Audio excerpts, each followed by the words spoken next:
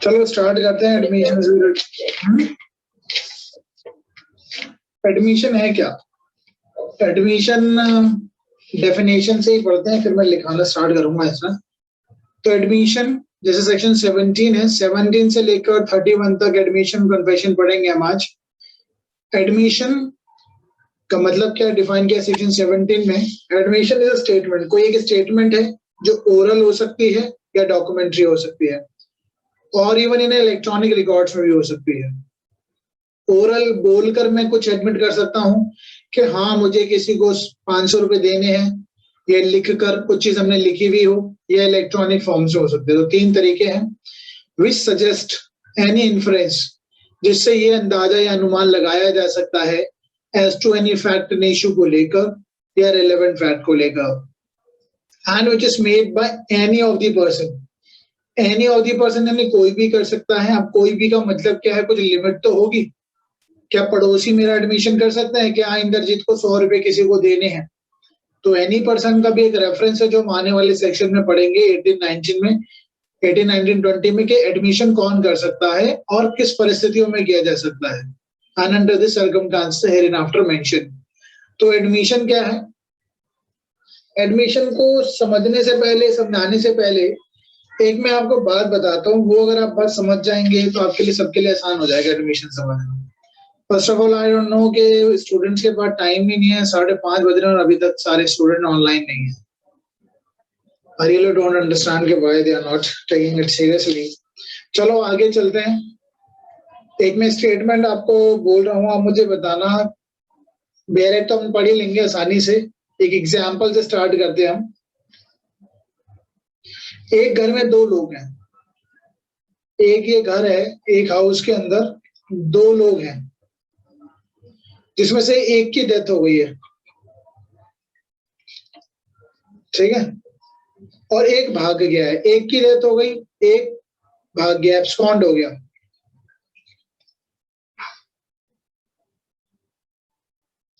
अब जिसको पकड़ लिया गया, जो भाग गया है, इसको पकड़ लिया पुलिस ने।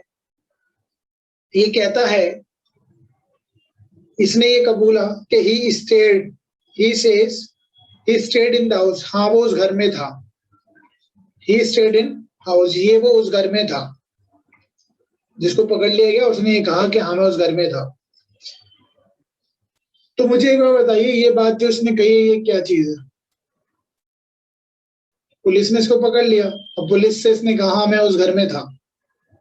So he admitted the fact कि हाँ वो उस टाइम उस घर में था। इसने ये बात की करी, इसने एडमिट की, ठीक है, दैट इज कॉल्ड एडमिशन। एक बात यामिनी ने अभी बोली थी कि एडमिशन जो है वो मैक्सिमम केसेस में तो सिविल में ही होता है, लेकिन कुछ मामलों में ये क्रिमिनल में भी आ रहा है, ठीक है। ये एडमिट की उसने ये बात। He say he stayed in the house, ये एडमिशन होगा। लेकिन अगर एक बात बताइए, अगर ये कहता है he commits a murder, he commits a murder, उसने मर्डर किया, ये क्या है? ये सेकंड स्टेटमेंट है। He confessed his guilt. तो ये बात आ गई, ये आ गया कन्फेशन। ये घर में था, घर, ये से घर मैंने बना दिया। सपोज ये घर है, ये इस घर के अंदर था, दो लोग थे, दो में से दो लोग थे, एक जिंदा एक मर गया। ये क्या कर रहा है? ये सजेस्ट कर रहा है। क्या सजेस्ट कर रहा है?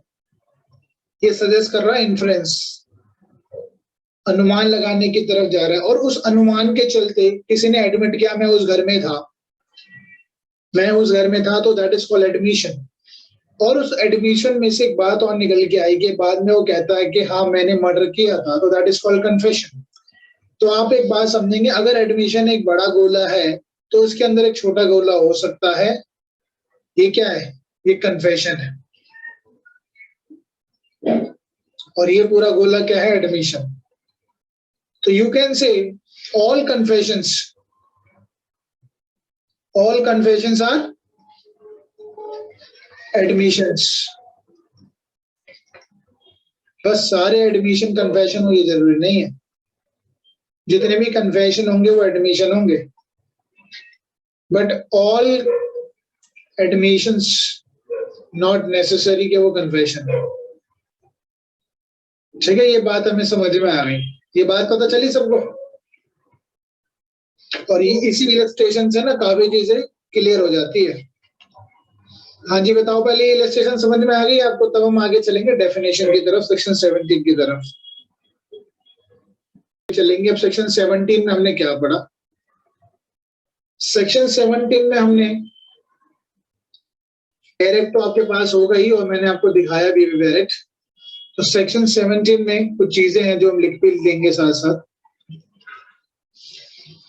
सेक्शन 17 में स्टेटमेंट दी जाती है, मैं वर्बली भी कह सकता हूं, पहले मैं ओरली बोल सकता हूं, एडमिट कर रहा हूं अपनी बात को, या मैं लिख कर है तो वो डॉक्यूमेंट के फॉर्म में होगी ना,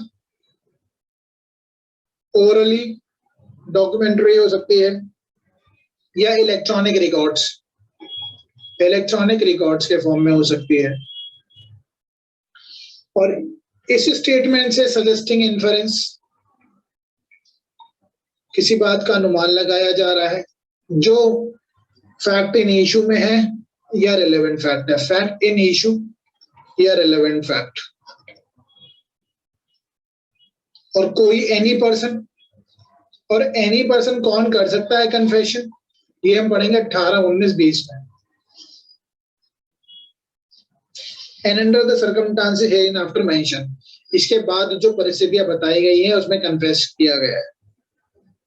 अब जैसे हम इसको एग्जाम्पल के फॉर्म में और समझ लेते हैं, वैसे तो सबसे बेस्ट एग्जाम्पल ऊपर वाला ही था, लेकिन मैक्सिमम केसेस में सिविल केसेस में ही एडमिशन होता है और क्रिमिनल केसेस में कन्फेशन होता है। कोई अपना गिल्ट मान लेता है तो उसको कन्फेस कह देते हैं, कोई अपनी राइट्स और लायबिलिटी मान लेता है कि हाँ मेरी ये लायबिलिटीज हैं, तो ये हो जाता है आपका सिविल में एडमिशंस।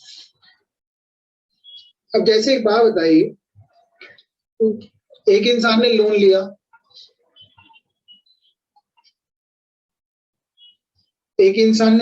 और इस लोन की उसने एंट्री अपने अकाउंट बुक में कर रखी है, entry in his account book. इसने अपने खाते में, भाई खाते में एंट्री ले रखी कि हाँ मैंने इस तारीख को इतना लोन लिया था। क्या ये एडमिशन है? क्या ये एडमिशन है? Yes sir. ये एडमिशन है, इसके अकाउंट बुक में जो लिखा है कि इसको, इसका बकाया है, ही ओज अ मनी, कि इसका कुछ बकाया है, इसको किसी को पैसा देना है क्योंकि इसने लोन लिया है। तो इसकी जो ये बुक है, that can be use in evidence और not? Yes it can be. अच्छा, वकील की जो डायरी होती है, वकील की डायरी होती है जिसमें डेट लिखते हो, क्या इसको एविडेंस में यूज किया जा सकता है कि उस तारीख को मेरी इस कोर्ट में डेट थी, इस वजह से मैं यहाँ पर नहीं आ पाया? जी बताइए, क्या वकील की डायरी? देखो कई बार क्या होता है, मैं आपको बताता हूँ, सपोज करो आज आपकी डेट ऑफ हेयरिंग थी कोर्ट में, आप नहीं गए, आप अगर नहीं गए कोर्ट में और एक्स पार्टी हो गए आप, ठीक है, एक्स पार्टी प्रोसीडिंग हो गई, आपके एब्सेंस में प्रोसीडिंग चल गई, तो अगली डेट पे ज्यादातर वकील क्या करते हैं, अपनी ये कहते हैं कि हमने अपनी डायरी में जो डेट थी आज की गलत नोट कर ली थी, तो डायरी की फोटोकॉपी लगा देते हैं अपनी, है ना, देखा होगा आपने। तो डायरी की फोटोकॉपी तक लगा देते हैं कि भाई हमने गलत नोट कर ली थी, तो ये भी एविडेंस में यूज की जा सकती है। तो कहीं ना कहीं ये भी अपनी बात जो मैंने लिख दी है, मैं उसका ही तो हवाला दे रहा हूँ कोर्ट में आके बाद में। तो एडमिशन थी मेरी बात, क्या भाई ये वैसे तो एडमिशन लायबिलिटी के लिए होती है, लेकिन मैं एग्जांपल देने के लिए आपको बता रहा हूँ यहाँ। तो किसी का लोन बकाया है, किसी को पैसा देना है, ये बात मेरी एंट्री मेरी बुक्स में हुई थी, तो ये कहीं ना कहीं एडमिशन है, डॉक्यूमेंट्री है, फैक्ट इन इशू। अब फैक्ट इन इशू क्या है, क्या ए को बी को पैसा देना है नहीं देना है, that is a fact in issue. और उसके चलते वो जो उसकी लेजर बुक है, अगर उसको पेश किया जाता है कोर्ट में, तो वो एविडेंटरी वैल्यू होगी क्योंकि उसने एडमिट किया गया है। अब एक और एग्जांपल समझ लेते हैं, क्रिमिनल पॉइंट ऑफ व्यू से भी समझ लेते हैं एडमिशन को। ए के ऊपर एक मर्डर का चार्ज लगा है, ए के ऊपर मर्डर का चार्ज लगा है कि इसने मर्डर किया है। कैसे? पॉइजन देके, जहर देके, ठीक है। ये बात कोर्ट में मानता है कि यस उसने पॉइजन खरीदा, ही परचेज पॉइजन। ये बात क्या है? ये एडमिशन अपने आप में कि उसने पॉइजन खरीदा, बट ये कोर्ट में ये प्रूव कर सकता है।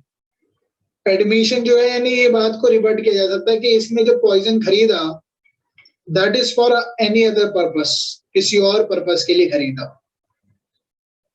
जरूरी थोड़ी ना इंसान को मारने के लिए पॉइजन खरीदा हो, कुछ और काम के लिए खरीदा हो।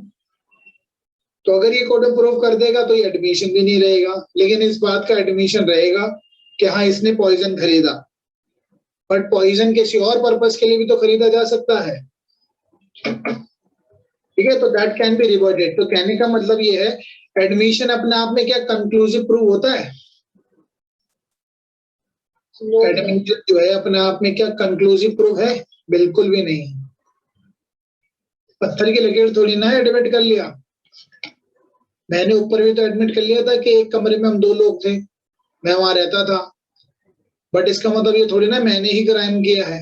तो admission not conclusive proof, it can be rebutted. क्योंकि कई बार एडमिशन हमने वॉलंटरली भी नहीं किया हो, तो ये बातें ध्यान में रखेंगे हम आगे चल के। सर स्लाइड थोड़ी ऊपर करना।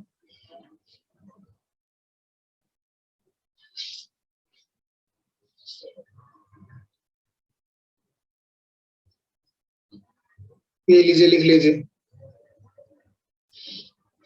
ठीक है। अब एडमिशन कैसे हो सकता है? देखो सपोज करो एडमिशन मैंने आपको कहा ज्यादातर सिविल केसेस में होता है। तो ए ने बी के खिलाफ केस किया रिकवरी ऑफ मनी को लेकर, रिकवरी ऑफ मनी, ठीक है। रिकवरी ऑफ मनी सूट डाला है ना रिकवरी ऑफ मनी का लेकर। ये हर्षना लिख लिया, मैं नीचे करूं?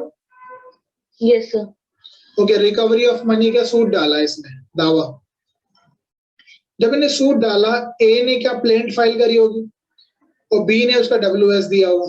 इसने बी ने अपने रिटर्न स्टेटमेंट में ये बात कही, इसने डाला कि मुझे ए ने मुकदमा डाला बी पे कि उसको 1000 रुपए लेने हैं।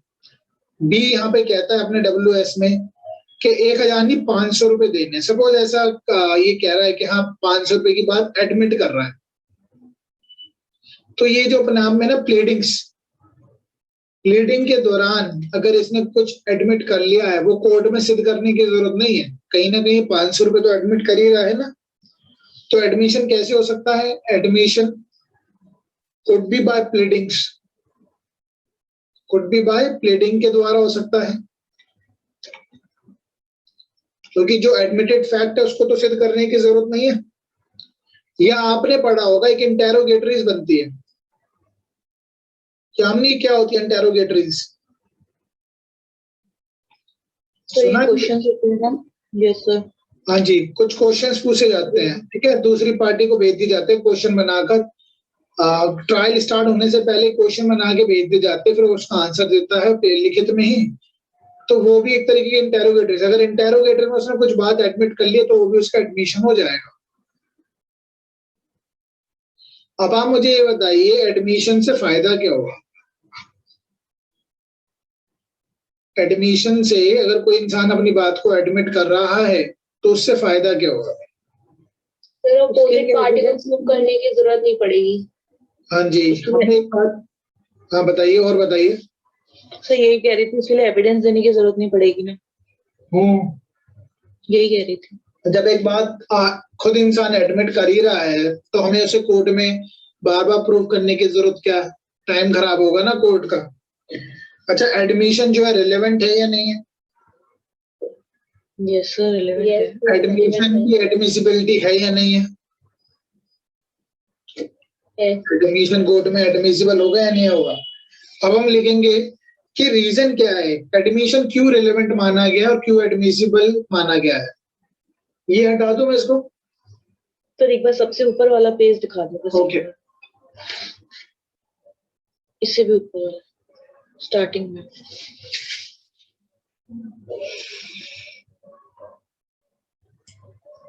ठीक है सर, ठीक है। ओके, अब हम लिखेंगे कि एडमिशन जो है उसकी एडमिसिबिलिटी के पीछे कारण क्या है। तो हेडिंग हम बना सकते हैं reason for admissibility of admission. Reason for admissibility of admission. Admission क्यों माना जाना चाहिए, एडमिशन का एडमिसिबिलिटी क्यों होनी चाहिए, और एडमिशन अपने आप में रिलेवेंट तो होता ही है, रिलेवेंट है तभी तो उसकी एडमिसिबिलिटी तक पहुंच रहे हैं। तो पहला पॉइंट क्या होता है, अगर कोई इंसान अपनी बात को एडमिट कर ही रहा है तो हमें वो बात सिद्ध करने की जरूरत है क्या या नहीं है। हमें वो बात सिद्ध करने की जरूरत नहीं है, कोर्ट का टाइम खराब होगा, अपना भी टाइम खराब होगा, दूसरी पार्टी का भी। तो क्या मैं इसको ऐसे लिख सकता हूँ, admission as a waiver of proof.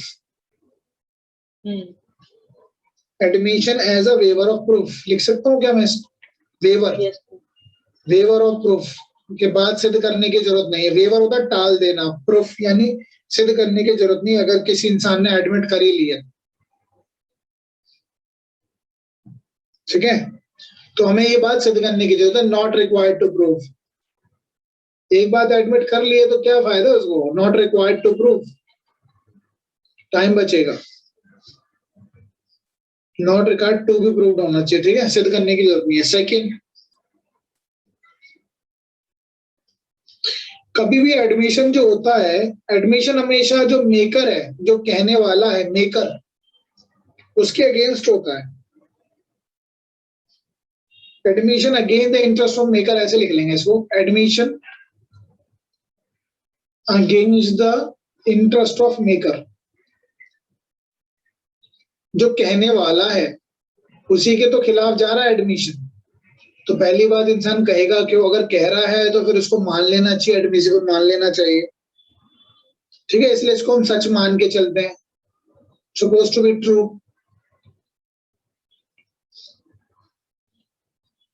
Third, क्योंकि कोई इंसान अपने खिलाफ खुद नहीं बोलेगा, हाईली इम्प्रोबेबल होगा that the person voluntarily makes a false statement against himself, कि कोई भी इंसान अपने खिलाफ खुद झूठी बात तो बोलेगा नहीं। और evidence as a evidence of contradictory statement, जो एडमिशन है एज एविडेंस के रूप में लिया जा सकता है ऑफ कॉन्ट्राडिक्टरी स्टेटमेंट।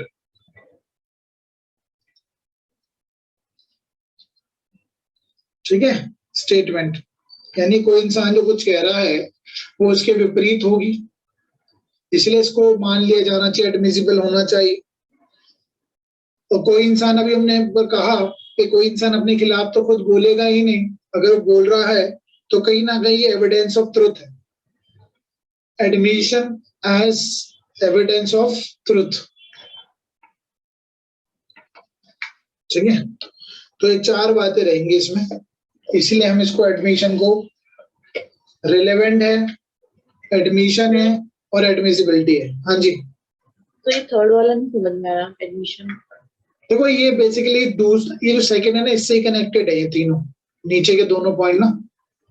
एक सेकेंड, ये जो सेकंड पॉइंट है ये इससे ही, इन दोनों से कनेक्टेड ही है। Admission against the interest of maker, जब कोई कुछ कहता है तो कोई इंसान जनरली अपने खिलाफ खुद नहीं बोलेगा, इसलिए उसको हमने सच माना है। और ये कहता है evidence as admission as evidence of contradictory statement. Generally हम जब कोर्ट में गए हैं तो कोई ना कोई कॉन्ट्राडिक्टरी स्टेटमेंट रही होगी, एक ने हाँ कहा होगा, दूसरे ने मना किया होगा। तो जब एक इंसान जिसने डिनाई कर रहा था किसी के अधिकार को, राइट्स को या लायबिलिटी को, तो अगर वो बाद में एडमिट कर ही लेता है, एडमिट कर ही रहा है, तो इसलिए वो कॉन्ट्राडिक्टरी स्टेटमेंट जो पहले थी उसके, इसलिए उसको एविडेंस माना गया है। जैसे इसका एग्जांपल मैं देता हूँ थर्ड का।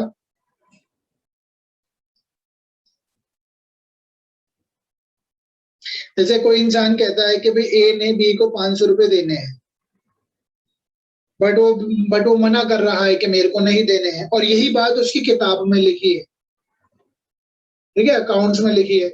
मैं यहाँ लिख देता हूँ एग्जाम्पल भी। ए और बी के बीच में एक मुद्दा है कि ए को बी को 500, बी को ए को 500 रुपए देने हैं, ठीक है। ए जो कि बी मना कर रहा है कि नहीं देने, लेकिन ये बात ना बी की किताब में लिखी हुई, अकाउंट बुक में लिखा हुआ है, इसके हमने खाते निकलवाए ना, तो पता चला इसके अकाउंट बुक में लिखा है। तो ये दोनों कॉन्ट्राडिक्टरी बात थी, लेकिन एक ही किताब अपने आप में बोल रही है, डॉक्यूमेंट बोल रहा है कि इसको पैसा पे करना है, तो इसलिए हमने इसको कॉन्ट्राडिक्टरी स्टेटमेंट कहा है, जो कि एडमिसिबल हो जाएगी फिर। ठीक है sir.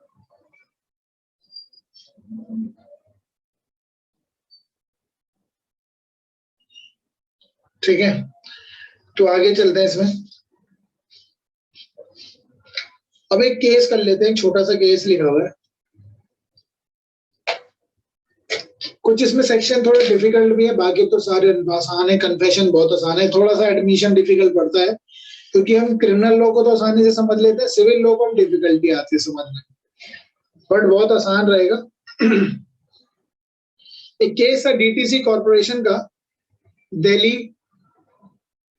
Transport corporation, DTC bus चलती है ना डीटीसी की, अब तो अभी भी चलती है वैसे तो।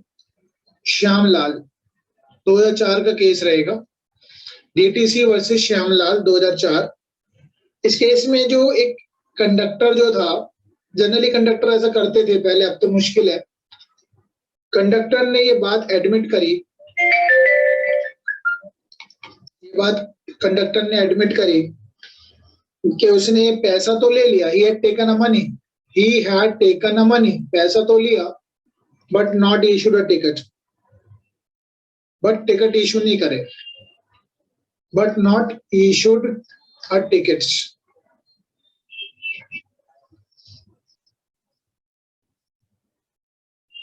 तो ये जो इसने बात एडमिट करी है, ये अपने आप में एक बेस्ट एविडेंस है, इससे बेस्ट एविडेंस कुछ नहीं हो सकता कि खुद ही एडमिट कर रहा है कि मैंने पैसा तो ले लिया, टिकट इशू नहीं करी।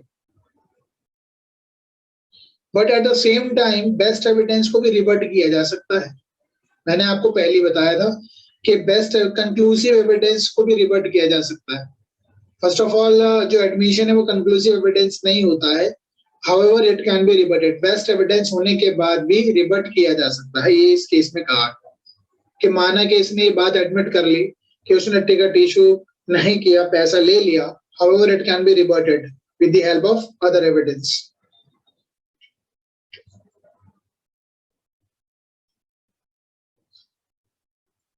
अब एडमिशन के टाइप्स कितने होते हैं वो भी कर लेते हैं। फॉर्म्स ऑफ एडमिशंस,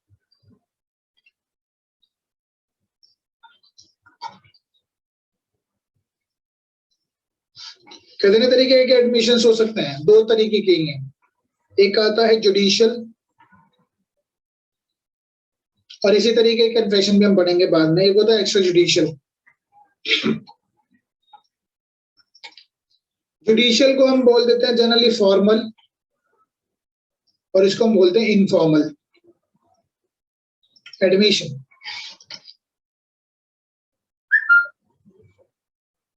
अब ये क्या होते हैं जुडिशियल और ये एक्स्ट्रा जुडिशियल? पहला जो है जुडिशियल कन्फेशन जो है, मैं जुडिशियल जेसी लिख रहा हूं। फर्स्ट जेसी जो है जुडिशियल कन्फेशन जो होता है मेड बाय पार्टी, जो पार्टीज हैं सूट के अंदर, made by parties to the proceeding of the case.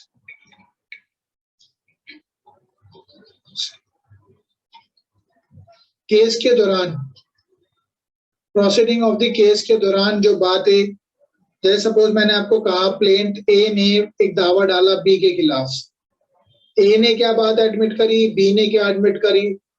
अगर इसने प्लेडिंग के दौरान जो बात एडमिट की है, दोनों में से कोई भी हो सकता है, that is called judicial admission. ठीक है, कन्फेशन नहीं, जुडिशियल एडमिशन कहा गया इसको, बिकॉज कोर्ट में प्रोसीडिंग के दौरान, और ये जो होंगी बाइंडिंग होगी। एक बार जब हम सीपीसी हम पढ़ेंगे, तो सीपीसी में जब प्लेंट बनाई जाती है तो प्लेंट का रिप्लाई देते हैं WS में, रिटर्न स्टेटमेंट में। तो हमने पैरा वाइज बनाते हैं इसको, जैसे 1 2 3 4 ऐसे पैरा। तो WS में ना जो डिफेंडेंट है, डिफेंडेंट को अपना रिप्लाई ऐसे देना होता है कि para 1 is denied, para 2 denied, para 3 admitted. ठीक है, इस तरीके से कुछ लिखना होता है। जो बात वो मना कर रहा है उसको डिनाई करे, विद एक्सप्लेनेशन करेगा, और एडमिट जो कर रहा है वो भी बताएगा कि हाँ मैंने इतना एडमिट किया, इतना नहीं करा। तो अगर उसने ऐसी बात लिखी है प्लेंट में अपनी रिटन स्टेटमेंट में, तो ये एडमिटेड मान लिया जाता है। तो इसको बोलते हैं जुडिशियल एडमिशंस। ठीक है, और ये बाइंडिंग हो जाएगी पार्टी पे। और होता है फिर एक्स्ट्रा जुडिशियल एडमिशन। ये क्या होता है? जो कि कोर्ट में तो नहीं हुए हैं, लेकिन इन दी ऑर्डिनरी कोर्स ऑफ लाइफ हुए हैं। इन दी ऑर्डिनरी कोर्स ऑफ लाइफ। अभी आप कहोगे सर ये क्या होता है ऑर्डिनरी कोर्स ऑफ लाइफ? और यू कैन से ऑर्डिनरी कोर्स ऑफ बिजनेस हो सकता है, कैजुअल मैनर में कही गई होगी बात, कैजुअल कन्वर्सेशन। अब आप मुझे बताना, ए ने बी के ऊपर मुकदमा डाला 10,000 रुपए के लिए। बी कहता है कि हाँ मुझे 10 नहीं 5,000 रुपए देने हैं। क्या ये एडमिशन है या नहीं? यस, इस फैक्ट का एडमिशन है कि हाँ उसे कुछ देना है। ठीक है, ये कहीं ना कहीं ये तो बता रहा है ना कि इसको देना है। वो बात तो कोर्ट में बाद में डिसाइड होगी कि कितना है या कितना दे देना है। उसने अपने प्लेंट WS में लिख दिया है, तो लिख दिया है तो अपनी बात से पीछे तो नहीं हट सकता ये। बात अलग है कि रिवर्ट कर दे कि मैंने दबाव में लिख दिया, लेकिन अभी तो इसने बात कर ली तो एडमिट कर ली। अब मुझे बात बताइए, जैसे एक्स्ट्रा जुडिशियल कंट्रैक्शन की बात करते हैं, ए ने, अब जैसे ए बी के बीच में मुकदमा, बी ने क्या करा इस मामले में? ए ने अभी दावा डाला यानी प्लेंट फाइल हुई है, अभी WS आई या नहीं है इससे मतलब नहीं है। बी ने सी से, जो उसका नेबर है, थोड़ा ध्यान से सुनना, बी जो है, बी का नेबर है, सी पड़ोसी है या उसका फ्रेंड हो सकता है। बी ने सी से कहा यार मुझे देना है, उसको 10,000 रुपए देने हैं। ये जो बात कही है 10,000 रुपए देने हैं अपने नेबर से, ये जुडिशियल एडमिशन है या कौन सा एडमिशन है? सर यही एक्स्ट्रा जुडिशियल हो जाएगा। हाँ जी, तो ये होता है एक्स्ट्रा जुडिशियल एडमिशन। अब एक बात बताइए, क्या सी की गवाही हो सकती है? यहाँ पर इस मामले में सी की गवाही ली जा सकती है? Can see give evidence? Yes sir. Relevant होगी सी की गवाही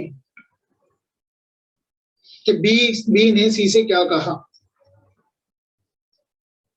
तो रेलिवेंट होगी, but at the same time और सपोर्टिव एविडेंस भी लिए जाएंगे, क्योंकि हाँ बोलिए। तो क्योंकि जैसे कि आपने बताया जुडिशियल एडमिशन नहीं है, डायरेक्ट एविडेंस नहीं है, एक्स्ट्रा जुडिशियल है। अब पता नहीं वो कितना सच कितना झूठ बोल रहा है। एडमिसिबल होगा, रेलिवेंट होगा, लेकिन हाईली रेलिवेंट होगा। तो बी ने वैसे तो अपनी बात तो एडमिट करी ना कि हाँ मुझे कुछ पैसा देना है ए को, ये खुद ही तो एडमिट कर रहा है, तो रेलेवेंट होना चाहिए। तो लेकिन एक चीज बहुत अच्छी बात मैं आपको बताता हूँ, एविडेंस में ना सिर्फ हार्डली कुछ ऐसे केस होंगे जो सोल टेस्टिमनी चलती है। मैक्सिमम केसेस में कॉरोबोरेशन चाहिए ही चाहिए।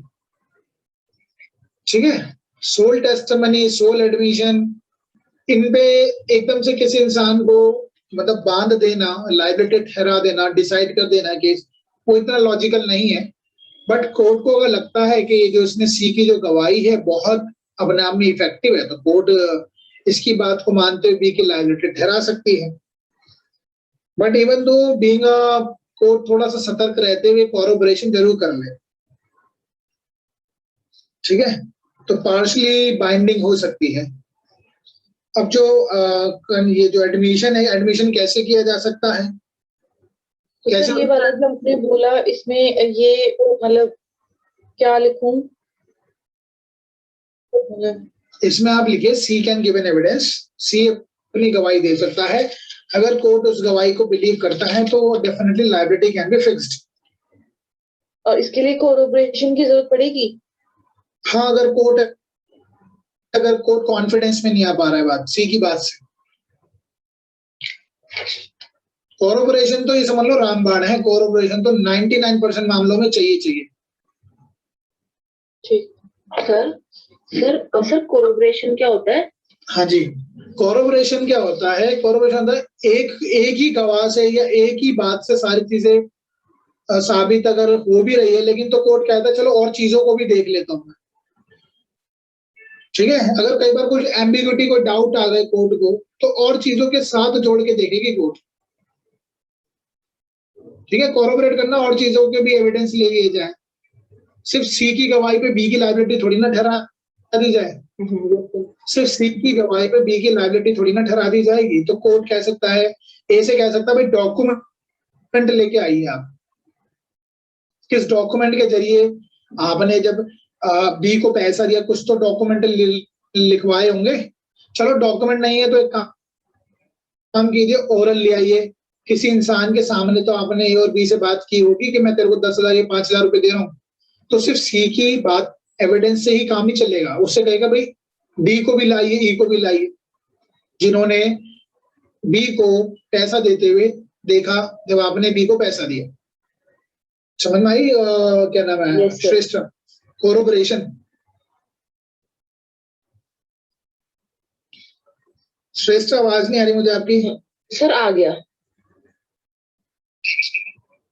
ठीक है, रिलेट करके देखते हैं दूसरी चीजों से भी। ओके, अभी क्या नाम है, एडमिशन कैसे कैसे हो सकता है? हमने वैसे ऊपर तो लिखा ही था, ओरल हो सकता है, डॉक्यूमेंट्री हो सकता है, इलेक्ट्रॉनिक रिकॉर्ड्स हो सकता है। उसी बात को और खोल के मैं कैसे लिखूंगा? रिटर्न में हो सकता है, लेटर के जरिए हो सकता है, अकाउंट्स हो सकते हैं, बुक्स हो सकते हैं, अकाउंट बुक्स हो सकते हैं ना, मैंने अपना लेजर बनाता हूँ, ओरल हो सकता है। तो कई तरीके से हम एडमिशन कर सकते हैं।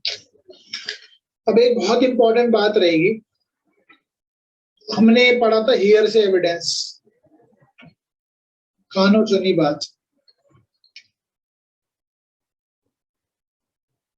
हियर से एविडेंस जो है वो एडमिसिबल नहीं होता है, लेकिन उससे कुछ एक्सेप्शन भी है। हियर से एविडेंस का एक और एक्सेप्शन है, वो है एडमिशन। बात समझ में आई? तो एडमिशन, अगर कोई इंसान एडमिट कर ही रहा है अपनी बात को, तो इसी आप कह सकते हैं admission is an exception to hearsay.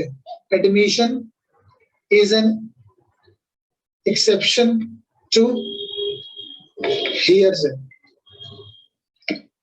यानी कोर्ट कानून सुनी बात को मानता तो नहीं है, लेकिन अगर कोई इंसान एडमिट कर ही रहा है तो फिर वो कोर्ट उसको हियर से एविडेंस होते हुए भी मान लेगा। अब मैं इसका एग्जांपल देता हूँ, एग्जांपल से समझ में आएगा।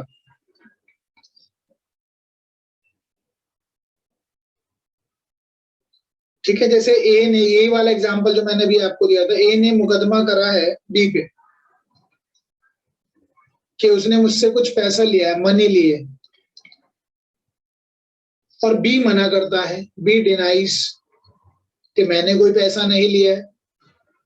बट बी क्या करता है, बी सी के सामने बात एडमिट कर लेता है। ए ने बी के ऊपर मुकदमा डाला है कि बी ने पैसा लिया था ए से, और जो कि बी मना करता है, लेकिन बी यही बात एक थर्ड पर्सन के सामने जाकर सी के सामने एडमिट कर लेता है कि हाँ यार, मेरे को ए को तो पैसा देना ही है, लेकिन थोड़ा परेशान करूंगा। ठीक है, तो बी की जो स्टेटमेंट है, जो इन्हें सी को कही है, ये जो स्टेटमेंट कही है, ये रिलेवेंट भी है और ये एडमिसिबल भी है, चाहे ये हियर से हो। हियर से होने के बाद भी एडमिसिबल है, और ऐसे ही सी भी एविडेंस दे सकता है कोर्ट में जाकर। सी एविडेंस देगा कोर्ट में जाके हाँ कि मेरे से बी ने ये बात कही है। ऑल्दो, यद्यपि एक बात ध्यान रखना, ऑल्दो ये इंपॉर्टेंट रहेगी लाइन, जब लोन दिया गया, ऑल्दो व्हेन द मनी या लोन, व्हेन मनी और loan was given to B, C was not there. C was not there. C वहां था ही नहीं। C ने ना पैसा देते हुए देखा, लेकिन हाँ B ने ये बात एडमिट करी है किसके सामने, C के सामने, तो C अपनी गवाही दे सकता है। और ये हेयर से होने के बाद, कानों तो सुनिए, देखा तो नहीं ना, तब भी एडमिशन जो है ये रिलेवेंट हो जाएगा, सी की बात रिलेवेंट हो जाएगी। बात समझ में आ गई? सर ये एक बार दोबारा बता दो, नहीं समझ रहे हैं। इसमें कितनी पार्टी हैं? 3। ए ने किसको लोन दिया है? बी को। बी को। सी है वहां पे क्या? नहीं, सी नहीं है, ठीक है। ए ने मुकदमा करा बी पे कि भाई मेरे को मेरा पैसा वापस कर। बी कहता मैंने तो कभी पैसा लिया ही नहीं। और बी यही बात जाके, सी उसका एक फ्रेंड हो सकता है, कोई भी नेबर हो सकता है, फ्रेंड हो सकता है, बी ने ये बात सी से कही है बाद में आउट ऑफ द कोर्ट जाकर कि हाँ मैंने ऐसे पैसा, ए ने मुझे पैसा दिया है 10,000 रुपए, मुझे वापस करना है। अब मुझे ये सिंपल सा क्वेश्चन है, क्या सी गवाही दे सकता है, नहीं दे सकता कोर्ट में? हाँ दे सकते हैं। सी का जो एविडेंस है ये हेयर से है या डायरेक्ट एविडेंस है? हेयर से। क्योंकि ना सी ने तो देखा नहीं लोन देते हुए, पर बी ने आगे एडमिट करा, इसलिए हेयर से एविडेंस होने के बावजूद भी सी की जो गवाही है रिलेवेंट होगी। इतनी सी बात है ये, ठीक है। तो मैंने आपको ये कहा है कि अगर कोई इंसान एडमिट कर रहा है, एडमिशन हो गया है ना, यहाँ पे बी का एडमिशन हो गया, बी का एडमिशन होने के बाद चाहे ये हेयर से एविडेंस है तब भी ये रिलेवेंट है और एडमिसिबल है।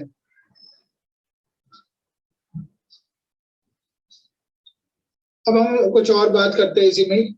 अब एडमिशन बाय कंडक्ट भी होता है। अब आप कहेंगे ये क्या है सर, ये तो समझ में नहीं आया। कंडक्ट, एडमिशन बाय कंडक्ट, ये कैसे होगा? एक केस था मायो वर्सेस, बहुत इंपॉर्टेंट केस है, मायो वर्सेस मायो, 1949 का बहुत पुराना केस है, मायो वर्सेस मायो। एक औरत ने अपने बच्चे का बर्थ रजिस्टर कराया, बर्थ रजिस्टर कराने जाती है। अब बर्थ रजिस्टर कराना है तो उसमें एक कॉलम भी तो है ना, फादर्स नेम। उसने वो कॉलम ब्लैंक छोड़ दिया, ब्लैंक छोड़ दिया। और उसका प्रोफेशन भी, फादर का प्रोफेशन ब्लैंक छोड़ दिया, नाम उसका ब्लैंक छोड़ दिया, प्रोफेशन भी ब्लैंक छोड़ दिया। अब कोर्ट क्या प्रेज्यूम करेगी?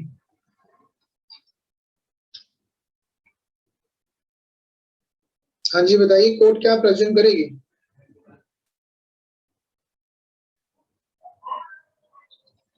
ये जो child is born out of an illegitimate relationship, या तो ये बच्चा इलेजिटिमेट रिलेशन से पैदा हुआ है,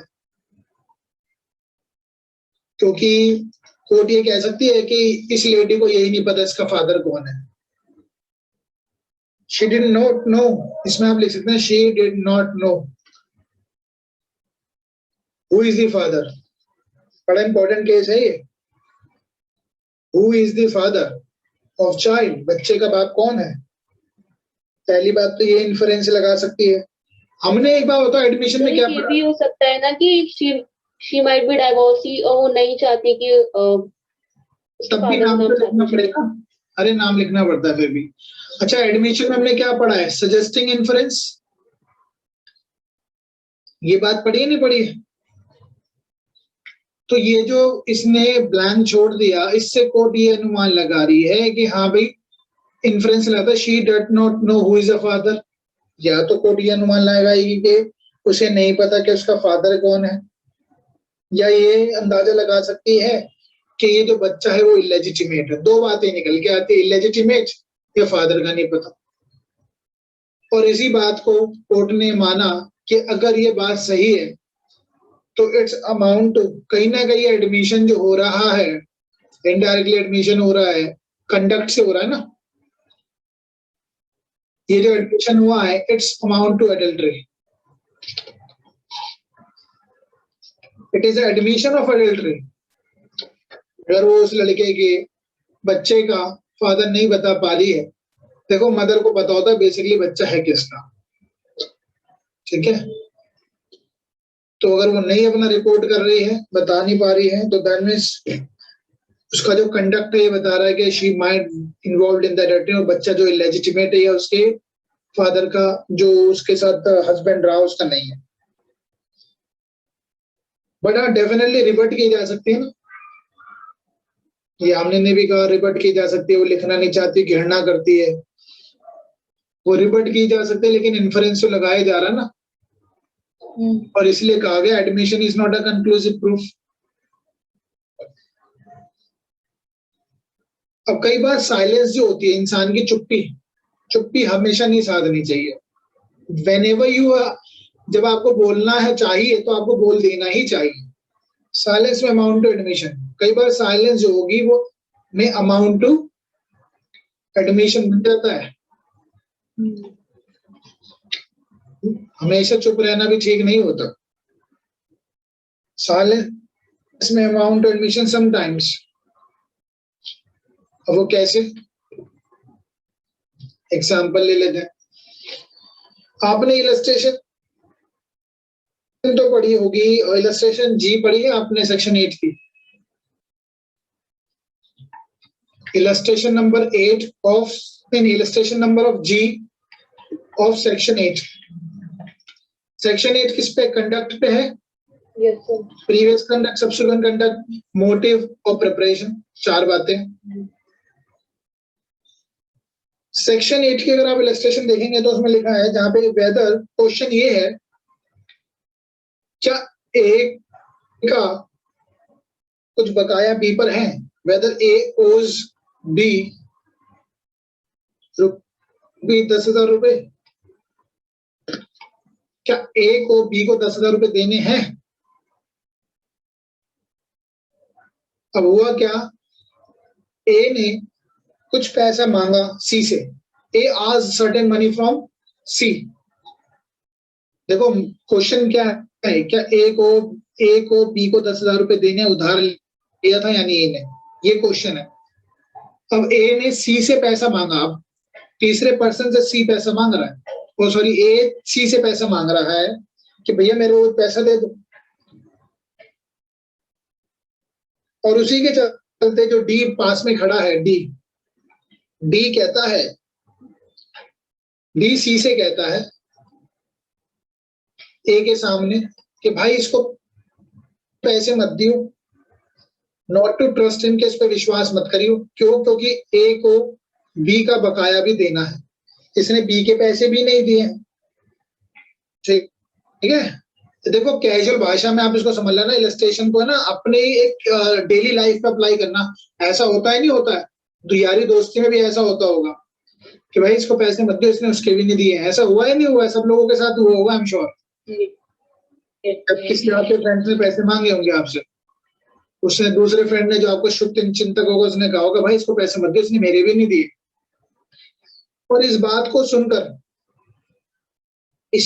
सुनकर ए वहां से खिसक लेता है, तो ए का जो कंडक्ट है ये साइलेंट रहा, यहाँ पे चुप रहा। क्या ये एडमिशन है या नहीं है?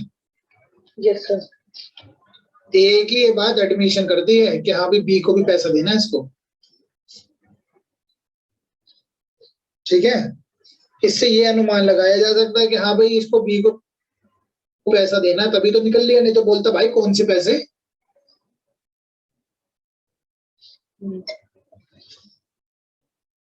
जो सच्चा है वो तो कन्फ्रंट करेगा, सामने तो आएगा।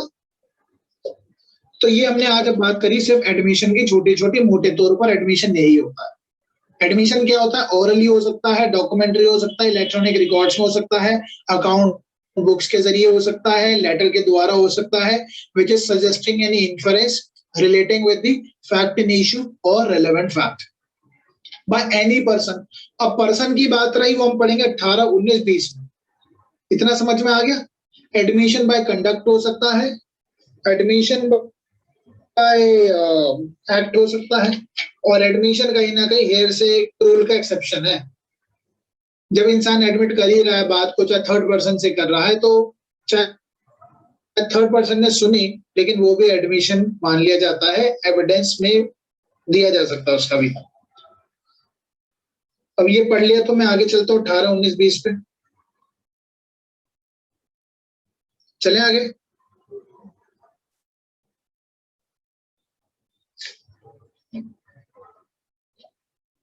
राहुल में हर्षना। Yes sir.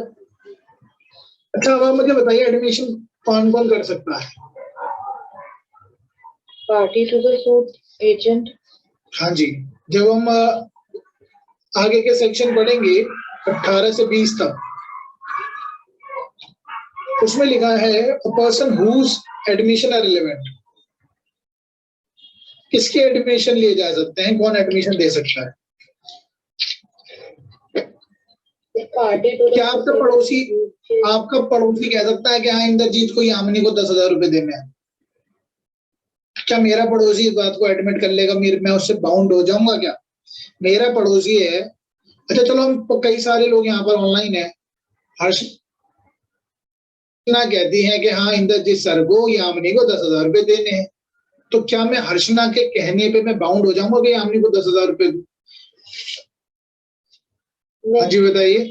लेकिन सर अगर आपने एडमिट किया होगा, हर्षना के सामने बात कही होगी, तो वो एडमिशन लिया जा सकता है। तो फिर हेरसे वाली एविडेंस हो गया, वो तो हेरसे के पॉइंट ऑफ व्यू से हो गया। जो मैंने एग्जांपल दिया था वो तो बिल्कुल हो जाएगा, क्योंकि मैं अगर हर्षना से कहता हूँ हाँ यामिनी को मुझे पैसे देने हैं, तो वो कहीं ना कहीं मैं अपनी बात को एडमिट कर रहा हूँ ना।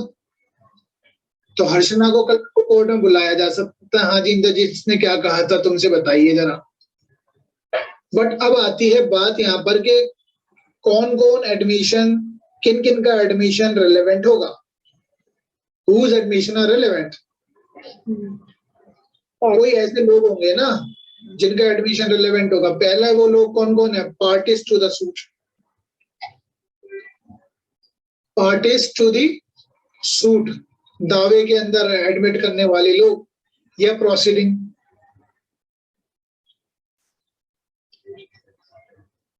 दूसरा एजेंट, एजेंट्स। अगर भाई मास्टर लायबल और प्रिंसिपल और सर्वेंट, एजेंट लायबल होता है। एजेंट की कई भी बात पे जो हमारा मास्टर है, प्रिंसिपल जो है वो बाउंड है। तो एजेंट ऑफ ये लिख सकते हैं, agents of parties. Agent authorized by party, agent authorized by party, agent authorized by parties. Parties to the suit लिख लें।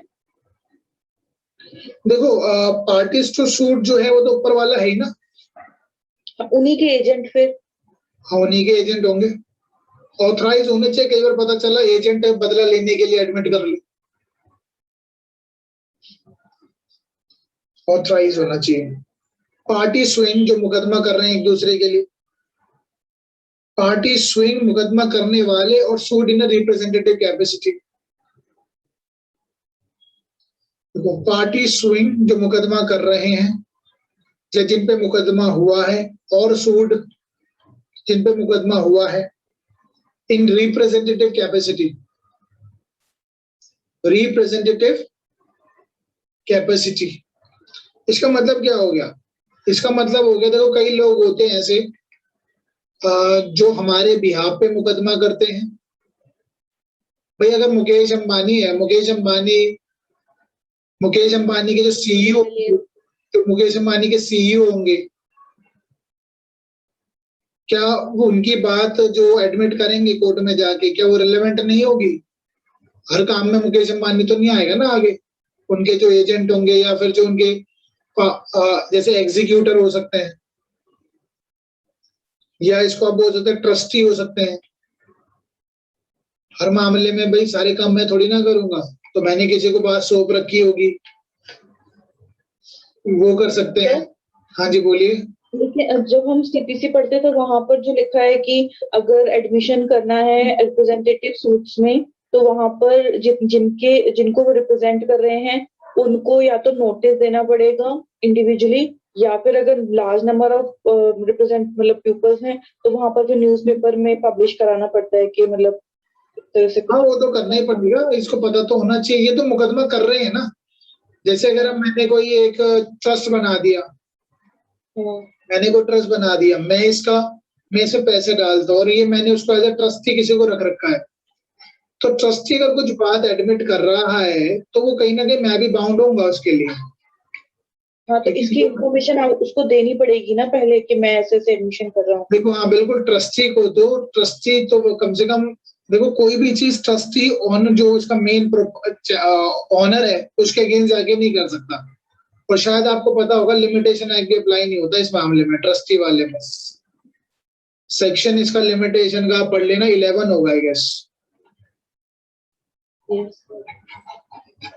लिमिटेशन पीरियड कभी ट्रस्टी ऑनर हो ही नहीं सकता ना, तो ट्रस्टी ऑनर के अगेंस्ट जाके कुछ नहीं कर सकता।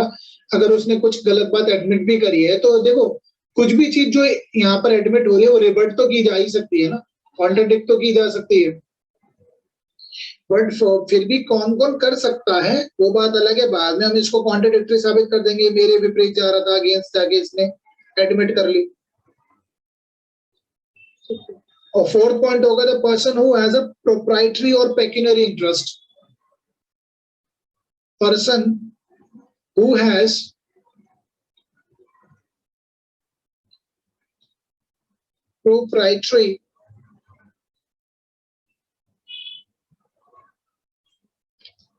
proprietary और पेक्यूनरी इंटरेस्ट। ठीक है, ये क्या होता है? In subject matter.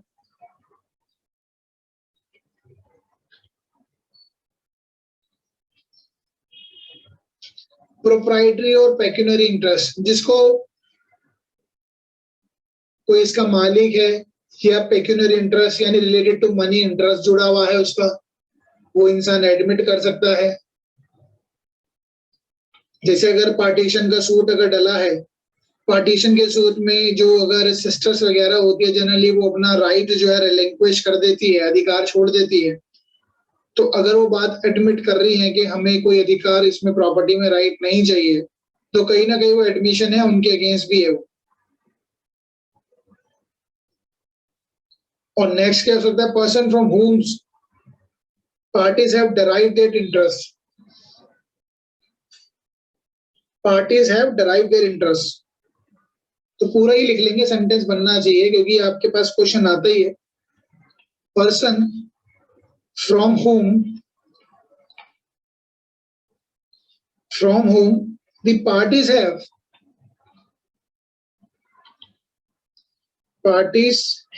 derived their interest. Derived their interest. कुछ चीजों पे ना रट्टा भी मान लेना, जरूरी नहीं हर चीज को एक्सप्लेन कर पाए। इनको आप इसको एज इट इज लिख के आना पेपर में अगर आता है तो। Parties from home the parties have derived their interest, मतलब जहां से पार्टीज को उसका इंटरेस्ट मिला है कि वो बात कहने का एडमिट करते हैं तो वो भी रिलेवेंट होगा। अभी मैं एक्सप्लेन भी कर दूंगा आगे चल के। नाउ 2 पॉइंट्स और रह गए हैं जो कि हम सेक्शन 19 में पढ़ेंगे। 19 एक अलग सा ही सेक्शन है लेकिन उसको भी मैं अभी आपको समझा दूंगा एग्जाम्पल से। चलो पहले मैं इसको एग्जाम्पल से ही समझा देता हूँ।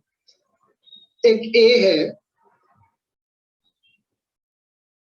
ए ने क्या किया, बी को एक ऐसा आप समझ सकते हैं कि एजेंट रखा। ये एजेंट क्या, उसने अपने एक सर्वेंट रखा। थोड़ा ध्यान से सुनना, 19 सेक्शन यही खत्म हो जाएगा। ए ने बी को एक ऐसा अपना सर्वेंट रखा। क्यों रखा? कि ए के कई सारे टेनेंट्स हैं,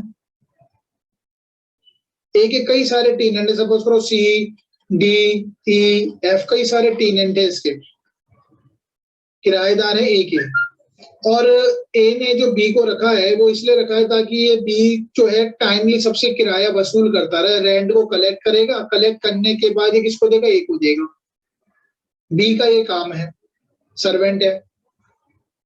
अब बी ने क्या कहा, ए ने बी पे मुकदमा किया है, अपने सर्वेंट पे मुकदमा किया है कि तूने जो सी से रेंट बनता था वो तो दिया ही नहीं। बी ये कहता है, सर्वेंट कहता है कि देयर इज नो ड्यू, कोई पैसा नहीं बनता है, सी से तो कोई पैसा बनता ही नहीं, देयर इज नो ड्यू। लेकिन बाद में चल के क्या होता है, जो सी है, सी मतलब टेनेंट, टेनेंट खुद एडमिट कर लेता है कि हाँ देयर इज सर्टेन ड्यू, कुछ ड्यू बनता है, कुछ पैसा बकाया है जो मुझे ए को देना है। तो यहाँ पे जो सी का जो एडमिशन है वो रिलेवेंट हो जाएगा अगेंस्ट बी के खिलाफ। सी का जो एडमिशन है कि हाँ देयर इज सर्टेन ड्यू, कुछ बनता है, ड्यू अगेंस्ट ए, तो that would be relevant against B. इसका मतलब बी झूठ बोल रहा है। बात समझ में आई? यही सेक्शन 19 कहता है। सेक्शन 19 को यही तो कहता है, person whose position it is necessary to prove in a suit. तो आप यहाँ पे भी लिख लेना,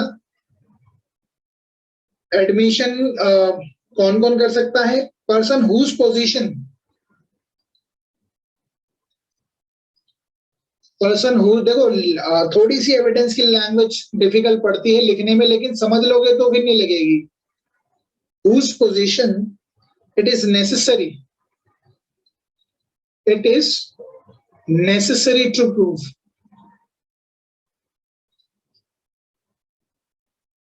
in a suit,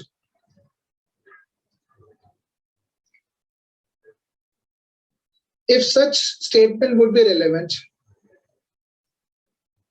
if such statement would be relevant,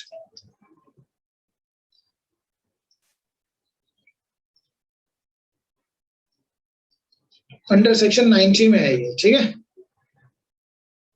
और आखिरी वाली बात जो है 7th, ये इंपॉर्टेंट रहेगा, ठीक है। तो 7 पॉइंट लिख देना पेपर में, person to whom a party to suit has expressly referred. इसका आप एक ये लिख लीजिए, पर कीवर्ड लिख लीजिए, expressly referred for information under section 20। अब इसको भी समझ लेते हैं। सेक्शन 20 में ये कहा गया है, इसका इलस्ट्रेशन है उससे समझ लेना। उसके इलस्ट्रेशन में लिखा है, ए कहता है, ए ने सपोज करो कोई घोड़ा खरीदने गया है बी से, बी के पास कई सारे घोड़े हैं, बी कहता है, ए कहता है, ए पूछता है भाई बी से, कहता है कि भाई घोड़ा कैसा है, बी कहता है, बी रेफर कर देता सी को, एक काम करो सी से पूछो मेरे घोड़े कैसे हैं, कितने बढ़िया घोड़े हैं। ए सी के पास जाता है, सी कहता है भाई घोड़ा तो बहुत साउंड है, बड़ा अच्छे घोड़े हैं इसके तो, ठीक है। तो यहाँ पर जो सी का जो एडमिशन है, सी ने जो कहा है वो भी रिलेवेंट हो जाएगा, ठीक है। और यही बात हम आगे चल के पढ़ेंगे, सेक्शन में ही यही तो पढ़ना है हमने। तो सेक्शन 18, 19, 20 में यही पढ़ना था, तो मैंने भी आपको बताया। अब एक बार बेरेट खोलेंगे तो बेरेट से और क्लियर हो जाएगा। पहले आप लिख लीजिए बात जो मैंने लिखी है, अर्चना यामिनी लिख लीजिए, फिर मैं बेरेट से पढ़ाता हूँ आपको।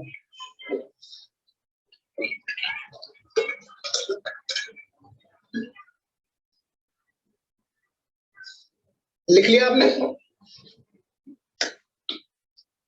देखो एक बात याद रखिए, 17 में तो कन्फेशन है, 18 में पार्टीज टू द कन्फेशन, कौन कौन कन्फेशन कर सकता है, 19 में भी उसी तरीके की बात करी है, और 20 में भी। ये 3 सेक्शन हो जाएंगे, कौन कन्फेशन कर सकता है, और सॉरी एडमिशन कौन कौन कर सकता है। अब एक बार बेरेट देख लेते हैं सर। ये लास्ट वाले इलस्ट्रेशन में, हाँ जी सर, अगर सी ये कहता है कि घोड़े साउंड कंडीशन में नहीं है, तब एडमिसिबल होगा, या फिर वो ये कहता है कि घोड़े साउंड कंडीशन में है? सी ने अगेंस्ट हाँ ठीक है, देखो वो एडमिशन अगेंस्ट बी होगा ना, इस कंडीशन में जिसने रेफर किया है। सेक्शन 20 में ये कहा है कि whether the horse sold by A to B, जो ए ने बी को घोड़े बेचे हैं, क्या वो साउंड है? उसने ए ने कहा जाओ एक काम करो, ए सेज टू बी, बी से कहता है सी से पूछो। तो सी की जो स्टेटमेंट है, सी ने जो कहा कि हाँ घोड़े बड़े अच्छे हैं, वो है उसका एडमिशन।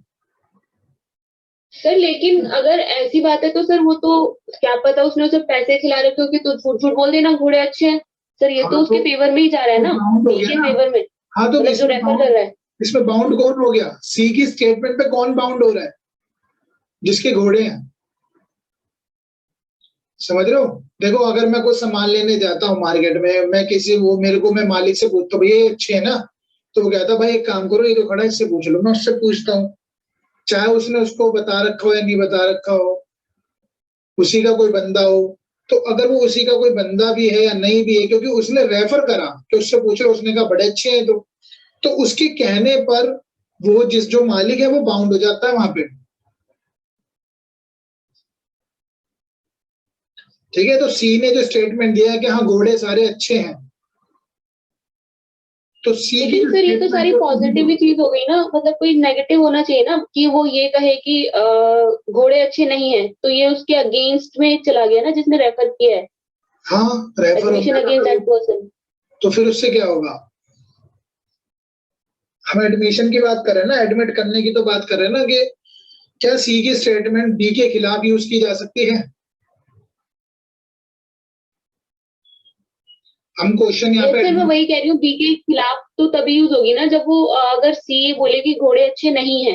हाँ लेकिन घोड़े बुरे निकले, उसकी बात ये भी तो जरूरी है। अगर घोड़े अच्छे थे तो ठीक है, फिर एडमिशन। देखो एक चीज होता है ना, कोई इंसान अपने फेवर की ही बात करे, लेकिन उसने थर्ड पर्सन को रेफर किया है कि उससे पूछ लिया जाए, और उसने उसके फेवर में नहीं बोला, उसने उसके फेवर में नहीं बोला, तो उसका इम्पैक्ट क्या पड़ेगा? सर मैं तभी कह रही हूँ कि अगर वो उसके अगेंस्ट बोल रहा है तभी ये एडमिशन उसकी उस पर्सन के अगेंस्ट होगा ना जिसने रेफर किया है, जो यहाँ पर बी है। पहले क्या होता है एडमिशन? एडमिशन क्या होता है? एडमिशन होता है जहां पर कोई इंसान, एडमिशन है जहां पे कोई इन्फरेंस अनुमान लगाया जा रहा है रिलेवेंट फैक्ट से लेकर। उसने थर्ड पर्सन को रेफर कर दिया, जिससे मैं कुछ सामान खरीदने गया, उसने कहा भाई काम करो इस क्वालिटी के बारे में उस थर्ड पर्सन से पूछ लीजिए। अब थर्ड पर्सन ने कहता है कि हाँ अच्छी चीज है, और मैंने उस स्टेटमेंट के चलते वो चीज खरीद ली। अगर वो नकली निकलती है तो दोनों फंसेंगे, फिर वो जो मालिक है वो भी और वो भी, क्योंकि मैं फिर तो ये हो गया ना, फ्रॉड हो गया, 420 हो गई, 420 का मामला हो जाएगा कि उन्होंने मुझे इंड्यूस करा और मैंने वो प्रॉपर्टी खरीद ली, और उन्होंने जो बात कही जिसके चलते मैंने काम करी, यानी जो सी की थर्ड पर्सन के स्टेटमेंट में मैंने रिएक्ट करा, वो कहीं ना कहीं एक कॉन्स्पिरेसी में इन्वॉल्व थे दोनों। जिसके एडमिशन पे मैंने रिएक्ट करा, तो वो भी रिलेवेंट है, दोनों एंगल से रिलेवेंट होगी वो। एस्टॉपल की तरह। हाँ एस्टॉपल तो देखो एडमिशन में सिविल केस में ही होता है, सेक्शन 31 में ये तो लिखा है।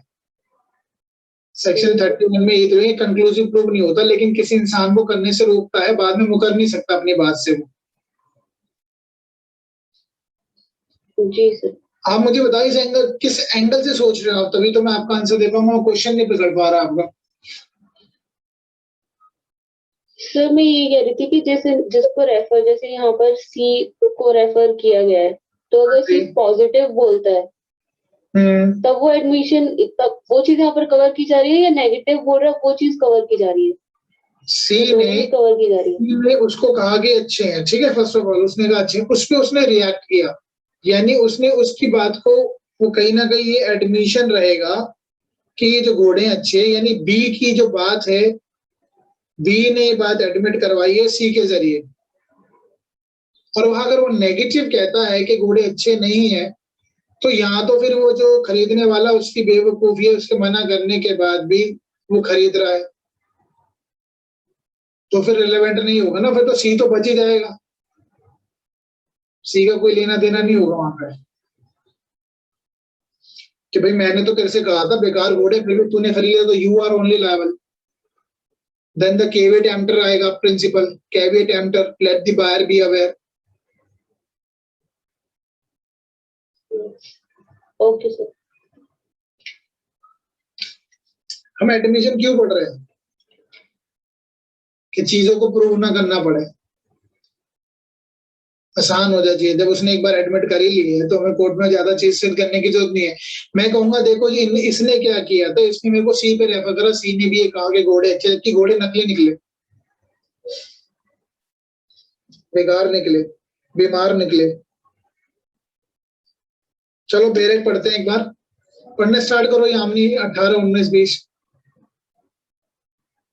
अब आपको ये थोड़ा सा आसान लगेगा अगर आपको ये जो मैंने लिखा था स्क्रीन पे ही समझ में आ गया हो तो जल्दी से खत्म हो जाएगा। 18, 19, 20 यामिनी पढ़िए एडमिशन 18 से। Yes, sir. Admission by party to proceeding or his agent. Statements made by a party to the proceeding or by an agent to any such party whom the court regards under the circumstances of the case as expressly or impliedly authorized by him to make them are admission. ठीक है, तो first of all पहले वाले situation में suit में या proceeding में agent, parties to the suit हो गए, मेड बाय द पार्टीज और बाय एजेंट, दो चीजों की बात की गई है, पार्टी और एजेंट, इम्प्लाइडली और एक्सप्रेसली दोनों में जरूरत है। Second, By suitor in representative character, statements made by parties to suit, suing or sued in a representative character are not admissions unless they were made by the party making them held that character. Simple भाषा में इसको यही बोलते हैं कि जो party to suit है, जिन्होंने रिप्रेजेंटेटिव कैरेक्टर में, जैसे एग्जीक्यूटिव्स हो गए, एग्जीक्यूटर्स नॉट एग्जीक्यूटिव्स, एग्जीक्यूटर या ट्रस्टी हो गए या थर्ड पर्सन जिसको हमने ऑथराइज किया हुआ है वो सू कर रहा है, तो उनका एडमिशन रिलेवेंट होगा। जैसे मैं आपको बताता हूँ, रिप्रेजेंटेटिव कैरेक्टर में जैसे किसी ने पावर ऑफ अटॉर्नी दे रखी है किसी थर्ड पर्सन को, अगर वो एडमिट करता है तो बाउंड होता है। अगर हम बात करें पार्टनर्स की, पार्टनर में भी, पार्टनरशिप में भी एक पार्टनर अगर एडमिट कर रहा है तो दूसरा पार्टनर बाउंड होगा, ठीक है। और पार्टनर अगर कोई एडमिट कर रहा है किसी बात को तो फर्म भी बाउंड होती है, ठीक है। आगे बढ़िए। Statements made by one party interested in subject matter, persons who have any proprietary or pecuniary interest in the subject matter of the proceeding and who make the statement in their character of person so interested.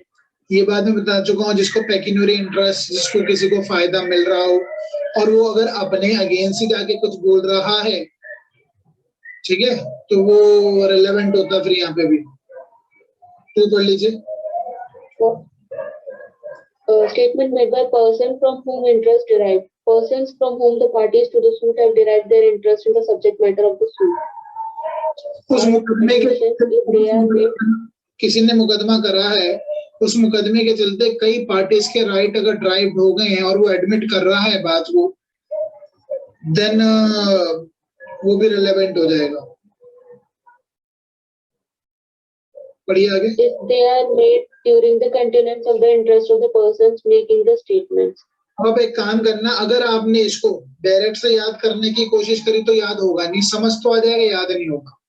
आपको जैसे मैंने लिखवाया ना वैसे ही याद कर लेना, ठीक है। उसे कीवर्ड्स याद करना। एक जगह हमने लिखा है इंटरेस्ट ड्राइव, एक जगह लिखा हमने प्रोप्राइटरी पेक्यूनरी इंटरेस्ट, एक जगह लिखा है रिप्रेजेंटेटिव कैरेक्टर और एक जगह लिखा पार्टीज टू द सूट, एक जगह लिखा एजेंट। तो 5 बातें तो वो हो गई, ठीक है। और 19 में क्या लिखा है हमने, जब 19 का लैंग्वेज बहुत डिफिकल्ट है, समझ में आई हमने आपको 19 की लैंग्वेज सिर्फ इलस्ट्रेशन से समझ में आई होगी। ये बात इलस्ट्रेशन से ही पता चला, ये तो पता नहीं क्या कह रहा है। हाँ, ये समझ में भी नहीं आएगा क्योंकि बस इसमें एक चीज देखनी है, एक लायबिलिटी और पोजीशन की बात करना है और बाकी लैंग्वेज इसकी बहुत डिफिकल्ट है, इजी समझ में नहीं आएगी। लेकिन जिस तरीके से मैंने आपको समझाई है वैसे पढ़ना, अब पढ़ोगे तो आ जाएगा। पढ़िए एक बार। Admissions by persons whose position must be proved as against party to suit. Statements made by persons whose position or liability it is necessary to prove as against any party to the suit are admissions if such statements would be relevant as against such persons in relation to such position or liability in a suit brought by or against them, and if they are made by the person making them occupy such position or is subject to such liability. देखो एक बात सुनिए, 19 पे आज तक question mains का तो आता ही नहीं है, इस पे क्वेश्चन आएगा सिर्फ एमसीक्यू का। तो आप इसकी इलस्ट्रेशन देख लीजिए और जो मैंने आपको समझाया वैसे समझ लेना कि अगर कोई यहाँ पर जो थर्ड पर्सन है सी, यानी टेनेंट जो है किराएदार है, खुद आके एडमिट कर रहा है कि हाँ मुझे पैसा देना है, जबकि मेरा एक एजेंट जो है वो मना कर रहा है कि कुछ पैसा बनता ही नहीं है, तो जब सी खुद एडमिट कर रहा है तो वो रिलेवेंट होगा और वो उसका एडमिशन हो जाएगा। अब एक बार पढ़िए, ए अंडरटेक्स। तो बेयर एक्ट में जो नोट दिया है ना नीचे, उससे भी थोड़ा सा क्लियर है। मेरे पास देखो लाइन पे सेंटेंस। तो मेरी तो बिग लॉट है, पता नहीं है आपकी कौन सी। अच्छा नहीं, मेरे में नहीं लिखा है, ठीक है। इलस्ट्रेशन लिखे हुए, इलस्ट्रेशन पढ़ लीजिए आप। Yes, sir. A undertakes to collect rents for B. B sues A for not collecting rent due from C to B. A denies that rent was due from C to B. A statement made by C that he owed B rent is an admission and is a relevant factor against A if A denies that C did owe rent to B. देखो बड़ा अजीब सा section है वैसे ही।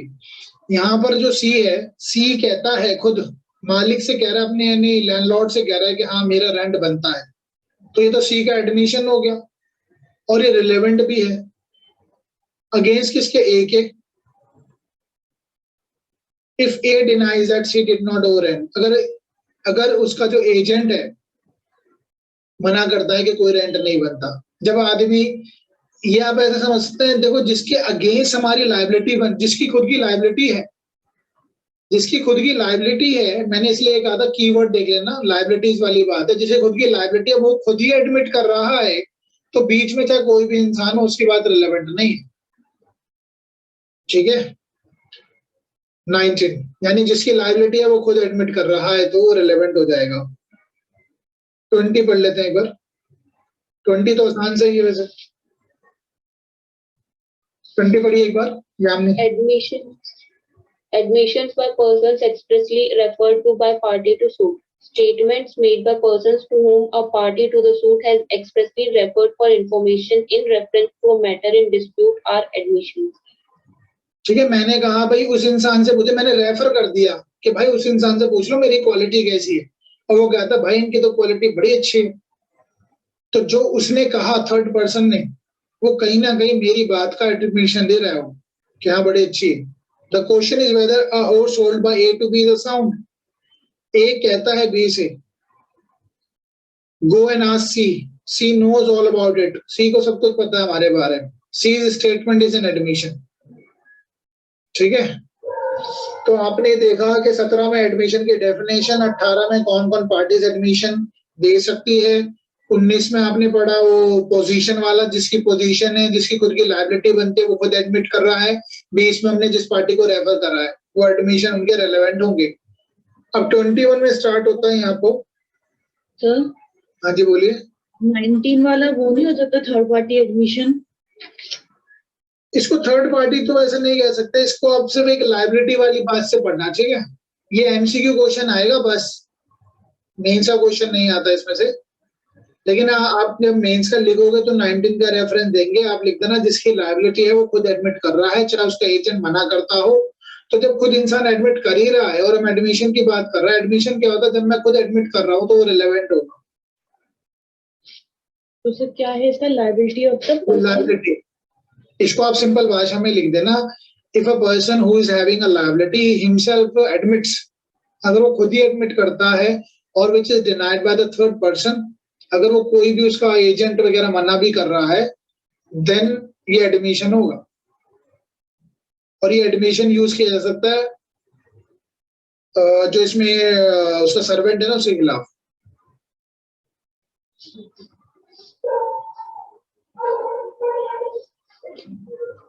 अब हम पढ़ेंगे admission किसके खिलाफ सिद्ध किया जा सकता है। अभी तो हमने पढ़ा एडमिशन कौन कर सकता है, proof of admission against person making them and by और देयर बिहाफ, उनके बिहाफ पे कौन कौन कर सकता है, किसके खिलाफ सिद्ध किया जा सकता है। एक second.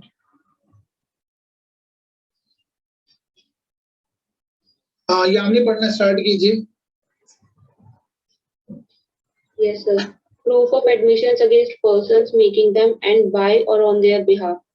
Admissions are relevant and may be proved as against the person who makes them or his representative in interest, but they can't be proved by or on behalf of the person who makes them or by his representative in interest, except in the following cases. तो एक second देखो, admission जो है वो prove किया जा सकता है जो इंसान एडमिशन कर रहा है या उसके रिप्रेजेंटेटिव, ये जो हमने ऊपर लिखा है ना उनके खिलाफ सिद्ध किया जा सकता है कि इन्होंने बात एडमिट कर ली थी, तो अब हमें ज्यादा चीज सिद्ध करने की जरूरत नहीं है। लेकिन इससे कुछ एक्सेप्शंस भी है, यानी अब कहने का मतलब क्या है, 21 के जितने भी हम नीचे पढ़ेंगे ना 1 2 3 3 पॉइंट्स है, तीनों इसके एक्सेप्शंस है। देखो बात दोबारा सुन लीजिए, एडमिशन जो है किनके खिलाफ सिद्ध किया जाएगा? भाई जो इंसान एडमिशन कह रहा है कि हाँ मैंने ये बात, मेरे को 10,000 रुपए देने हैं, तो ये बात तो मैं उसी के खिलाफ सिद्ध करूंगा ना कि हाँ देखो इसने एडमिट कर लिया है या इसके एजेंट ने एडमिट कर लिया है, तो मैं उनके खिलाफ ही सिद्ध करूंगा कि एडमिशन उन्होंने कर लिया है। बट कुछ ऐसी चीजें हैं जो इसका एक्सेप्शन है जिनके खिलाफ एडमिशन सिद्ध नहीं हो पाएगा। You can say self favouring admission are not permissible.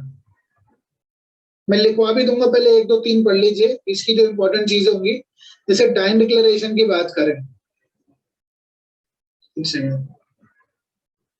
थोड़ा सा डिफिकल्ट सा सेक्शन है ये, 1 2 2 3 सेक्शन जो है पूरे एविडेंस में ये 2-4 प्रॉब्लम करते हैं, बाकी तो आसान से ही। ओके तो 21 में ऊपर जो वो कह रहा है कि self serving admission is not relevant, but these are the exception like dying declaration, जहां पर वो एडमिशन तो कर रहा है लेकिन हाँ। वो खुद अपने फेवर में कर रहा है, तो भी वो रिलेवेंट हो जाएंगे। बिल्कुल, इसको मैं भी लिखवाऊंगा। मैं बेसिकली पहले बैरक की लैंग्वेज टफ होती है और मैं जो लिखवाऊंगा सिंपल लैंग्वेज लिखवाऊंगा अभी। तो पहले एक बार बैरक पढ़ लेते हैं, क्योंकि देखो बैरक की लैंग्वेज से हर चीज को समझना बहुत प्रॉब्लम में आता है, लेकिन मैं उसको सिंपल भाषा में लिखवाऊंगा। जैसे self favouring admission are not permissible, लेकिन admission can not be proved by और on behalf of the person who makes them. लेकिन इससे कुछ अपवाद भी हैं। तो सेक्शन 21 के कुछ एक्सेप्शन जो 3 केसेस में है, इट कैन बी प्रूव्ड, सिद्ध की जा सकती है। तो 3 बातें जो है 1 2 3 पढ़ लेते हैं। आप क्या कह रहे थे, एक बार बोलिए अर्चना। मैं कह रही थी जनरली जो होता है वो जो एडमिशन होता है वो it should be self harming होना चाहिए, लेकिन यहाँ पे 21 में ऊपर वाले में कह रहा है कि अगर वो सेल्फ सर्विंग है तो वो रेलेवेंट नहीं होगा, लेकिन इन एक्सेप्शंस में हो जाएगा। जहाँ पे पहला है डाइन डिक्लेरेशन की बात करी। हाँ जी, ये सेल्फ हार्म नहीं कर रहा, सेल्फ को मतलब अपने फेवर में एक बात कर रहा है ना। तो जब अपने फेवर में, तो 3 कंडीशन में जो 3 कंडीशन हम पढ़ने वाले हैं उसमें सेल्फ फेवरिंग होने के बाद भी वो रिलेवेंट है। हाँ जी बिल्कुल, मैं भी लिखवाऊंगा बेसिकली ना। पहले मैं इसको बैरक को पढ़ाना चाहता हूँ। बैरक तो देखो मेरी कई भी बात चाहे आपके माइंड में रहे ना रहे, कल भूल जाओ, लेकिन ये जो बैरक है, बैरक को ध्यान में रखना जरूरी है। तो 2 चीजें हैं, सेल्फ सर्विंग, सेल्फ हार्मिंग। ठीक है, तो सेल्फ हार्म जो कुछ आ रहा है ना वही एडमिशंस होते हैं जनरली। सेल्फ फेवरिंग जो होंगे ना वो 3 कंडीशन में मेरे को फायदा जो चीजें पहुंचा रहे हैं उस सेल्फ फेवरिंग का सेक्शन 21 में लिखा है कि कब एक्सेप्शन है तब भी वो रिलेवेंट होगी। फर्स्ट पढ़ लीजिए एक बार। An admission may be proved by or on behalf of the person making it when it is of such a nature that if the person making it were dead, it would be relevant as between third persons under section 32. देखो an admission में भी proof सिद्ध किया जा सकता है। Admission यानी उस इंसान ने एडमिट कर ली थी, और on behalf of a person making it, जिसने वो कही, किसके बिहाफ पे कही, when it is such a nature that the person making it were dead. अब जो इंसान मर ही चुका है वो तो कोर्ट में बुलाया नहीं जा सकता, लेकिन उसने कुछ ऐसी बातें लिखी थी जो रिलेवेंट होंगी। जैसे इसका नीचे ना एग्जांपल दे रखा, बड़ा अच्छा एग्जांपल है शिप वाला जो है, अभी मैं बताऊंगा अभी। It would be relevant as between the third person under, और ये भी थर्ड पर्सन के बीच में, between third person under section 32। यानी जो मर गया है, मरने से पहले उसने कुछ लिखा अपने डायरी में, उस डायरी का यूज किया जा सकता है कि जिस वक्त ये शिप जो था, बेसिकली एक शिप खो जाता है, खोने के बाद उसका इंश्योरेंस कंपनी से क्लेम किया जाता है, तो इंश्योरेंस कंपनी के अगेंस्ट हम वो चीज यूज कर सकते हैं जो डायरी जो कैप्टन ने लिखी थी। ठीक है, वो पढ़ेंगे भी हम आगे। सेकंड पढ़िए एक बार। An admission may be proved by or on behalf of the person making it when it consists of statement of the existence of any state of mind or body relevant or in issue made at or about the time when such state of body or mind existed and is accompanied by conduct rendering its falsehood improbable. इसका एक example है, उससे समझते हैं. इसमें क्या है, कोई स्टेटमेंट अगर कोई देता है उसके साथ किसी का कंडक्ट भी जुड़ा है, तो जैसे इसको आप कह सकते हैं, अगर इंसान की किसी की चोट लगी है, अगर कोई इंसान जब किसी की चोट लग जाती है वो ये बात बताता है उसको चोट कैसे लगी, तो वो रिलेवेंट हो जाता है. क्यों? क्योंकि यहाँ पर उसके स्टेट ऑफ माइंड या बॉडी पे जो इम्पैक्ट पड़ा है और वो एडमिट कर रहा है कि हाँ मुझे उसने मारा या उसने हाउ ही गॉट इंजर्ड, वो रिलेवेंट होंगी. और भी एग्जांपल समझाता हूं मैं इसका. जैसे कई बार क्या होता है, क्या ये प्रॉपर्टी चोरी की संपत्ति है या नहीं है, इस बात का एविडेंस दिया जा सकता है कि जब मैं उससे वो चोरी की संपत्ति खरीदने गया तो उसने उसका बहुत कम अमाउंट पे बेचने से मना कर दिया, तो इसका मतलब वो चोरी की संपत्ति नहीं होगी. कहने का मतलब ये है कि जैसे सपोज कोई 100 रुपए का अगर कोई मोबाइल है, आईफोन है, अगर 10,000 रुपए का आईफोन है, अगर वो चोरी का होगा तो 2,000 रुपए का बेच देगा, 3 का बेच देगा. लेकिन कोई इंसान अगर 10,000 रुपए का मोबाइल है और वो चोरी का है या नहीं है, तो वो 8,000 रुपए का तो बेचेगा नहीं. तो अगर उसने 8,000 रुपए का भी मना कर दिया, इसका मतलब that mobile was not of, चोरी का मोबाइल नहीं है. तो कोर्ट भी कहीं ना कहीं इस बात को एक्सेप्शन में रख सकती है कि उसने वो इस अमाउंट पे बेचने से मना कर दिया. रिलेवेंट होगी कि उसका स्टेट ऑफ माइंड क्या था कि उसने मना कर दिया उस मोबाइल को, फोन को बेचने में कम अमाउंट पे भी, वो रिलेवेंट हो जाएगा. ठीक है, तो इसको एक बार दोबारा पढ़ लेते हैं. एडमिशन में भी प्रूव्ड, सिद्ध किया जा सकता है बाय और behalf of a person making it when it consist of a statement of existent of state of mind, कि उसका माइंड में उस वक्त क्या था, यानी वो चोरी की चीज नहीं थी, और बॉडी और relevant in a issue made at the time of the when such a state of mind or body exists and is accompanied by the conduct, यानी उसके कंडक्ट से पता लग रहा था कि वो चीज जो है वो चोरी का नहीं है मोबाइल, क्योंकि उसने 10,000 रुपए का मोबाइल 8,000 में भी मना कर दिया बेचने से. थर्ड पढ़ लीजिए एक बार हमने. An admission may be proved or by on behalf of the person making it if it is relevant otherwise than as an admission. Okay, इसमें हम जो प्रोविजन अप्लाई करते हैं, ये थर्ड पॉइंट में हम इसमें रेस जस्टे वाले प्रिंसिपल को अप्लाई करते हैं as a part of res gestae. ये कहता है एडमिशन में भी सिद्ध किए जा सकते हैं बाय और behalf of person making it, जो ये कर रहा है, if it is relevant otherwise. मतलब वैसे रिलेवेंट नहीं थे लेकिन अदरवाइज रिलेवेंट. अदरवाइज जैसी वर्ड आता तो सेम ट्रांजेक्शन वाली बात आती है. जैसे ही एक्सीडेंट हुआ, इंजर्ड जिसको चोट लगी वो एक्सप्लेन करता है कि उसको किसने मारा, ये रिलेवेंट हो जाएगी क्योंकि वो एडमिट कर रहा है ना, सेल्फ, उसको खुद को फायदा पहुंचा रहा है वो. और यह ऐसा एग्जांपल देता है, if A says to B you have not paid back my money, तूने मेरा पैसा नहीं दिया, और बी उठ के चला जाता है, इसमें कंडक्ट बता रहा है. तो यानी खुद को फेवरिंग वाली स्टेटमेंट भी रिलेवेंट हो जाती है कई बार. उसके 3 ही एक्सेप्शन है यहाँ पर.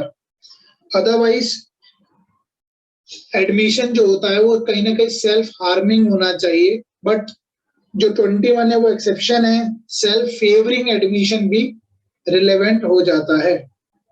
वो 3 कंडीशन है. पहली कंडीशन क्या है, डाइंग डिक्लेरेशन. दूसरी कंडीशन क्या है, स्टेट ऑफ माइंड और बॉडी को जो बताता है. तीसरी स्टेटमेंट क्या है, जो रेस जस्टे की तरह अप्लाई होता है. मैं लिखवा देता हूँ आपको इसको, ठीक है, सिंपल भाषा में. पहले एक बार इसकी एग्जाम्पल्स पढ़ लेते हैं, देन विल प्रोसीड फर्दर.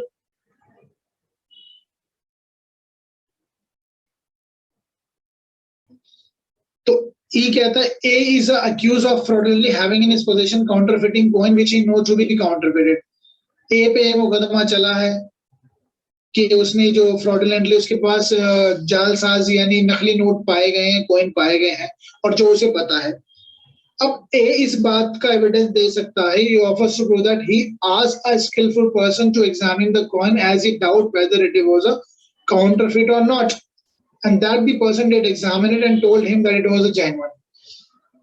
ए पे इस बात का मुकदमा, ध्यान से सुनना, ए पे इस बात का मुकदमा चला है कि जो कॉइन है वो तुम्हारे जो पोजीशन में थे, तेरे कब्जे में जो मिले वो नकली थे, और ये बात उसको पता थी।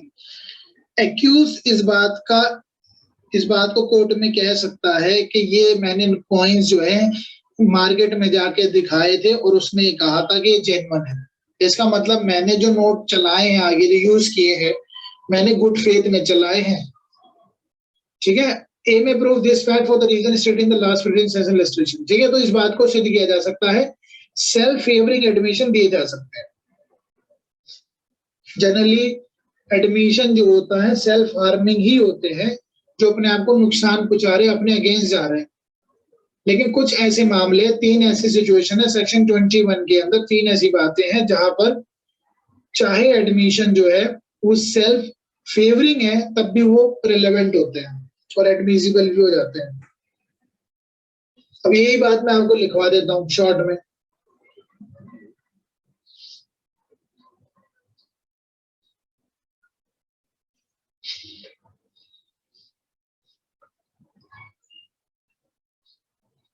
सेक्शन 21 में इसके 2 पार्ट हैं।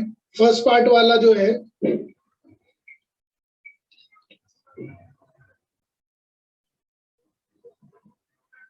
ठीक है, तो एडमिशन रिलेवेंट है, may be proved against.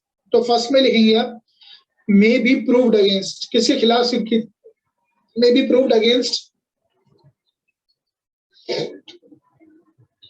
Person who makes them, किसने एडमिशन किया है उसके खिलाफ सिद्ध किए जा सकते, हु मेक्स देम, और इस रिप्रेजेंटेटिव के खिलाफ सिद्ध किए जा सकते हैं।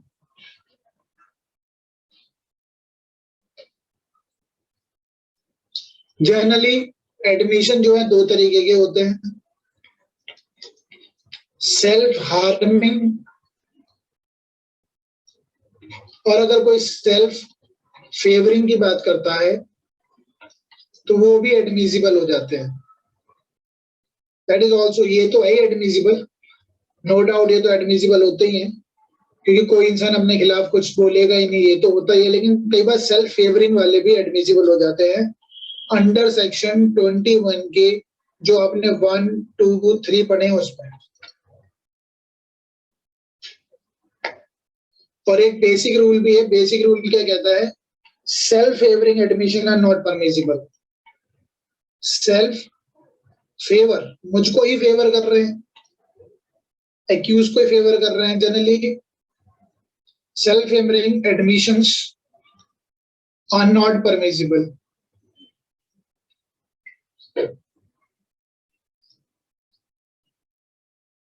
बट इसका एक्सेप्शन जो है, इस बात का एक्सेप्शन जो है वो है अंडर सेक्शन 21 का 1, 2 और 3। ठीक है, जो हमने पढ़ लिया है अभी। अब तो क्लियर हो गया होगा।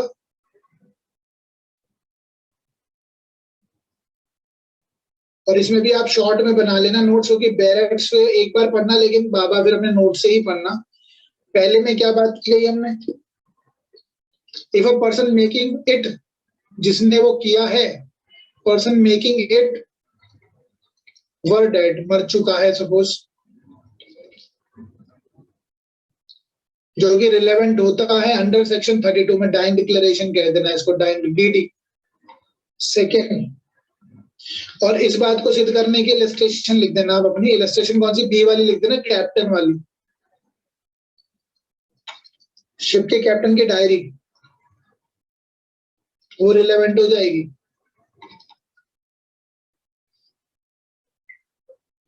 तो यू कैन से कि book maintain by the captain is relevant.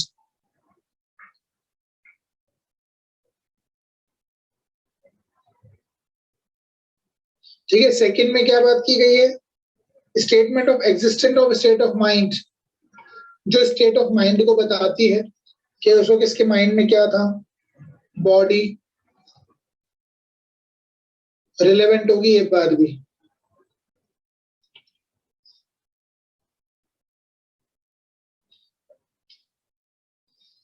Plus एक्कम्पनाइड by conduct होनी चाहिए, एक्कम्पनाइड बाय कंडक्ट। कंडक्ट के साथ जुड़कर देखा जाता है कि वो फिर रिलेवेंट हो जाती है।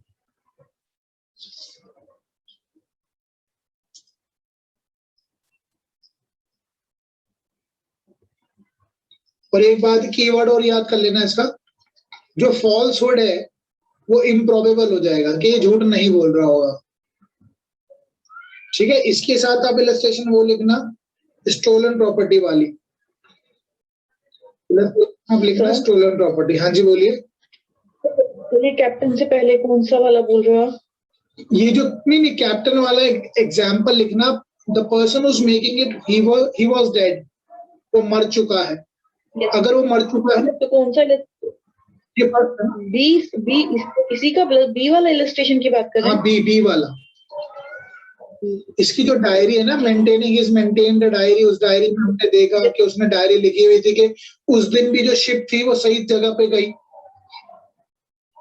देखो सेल्फ फेवरिंग है, हुआ क्या, जो शिप है, शिप का ऑनर जो है वो अगर केस करता है किस पे, इंश्योरेंस कंपनी से, इंश्योरेंस कंपनी जिसको पैसा चाहिए। अब सपोज करो उस कैप्टन की डायरी मिल जाती है, हर इंसान अपनी प्रॉपर्टी को इंश्योर कराता ना, ऐसे ही ऑनर ने अपनी शिप को इंश्योरेंस करा रखा है। अगर शिप खो गई है, डूब गई है, टूट गई है, बाढ़ में बह गई है, समंदर में डूब गई है, अब इंश्योरेंस कंपनी वाला तो पैसा मांगेगा ना, और ऑनर तो इंश्योरेंस कंपनी पे केस करेगा।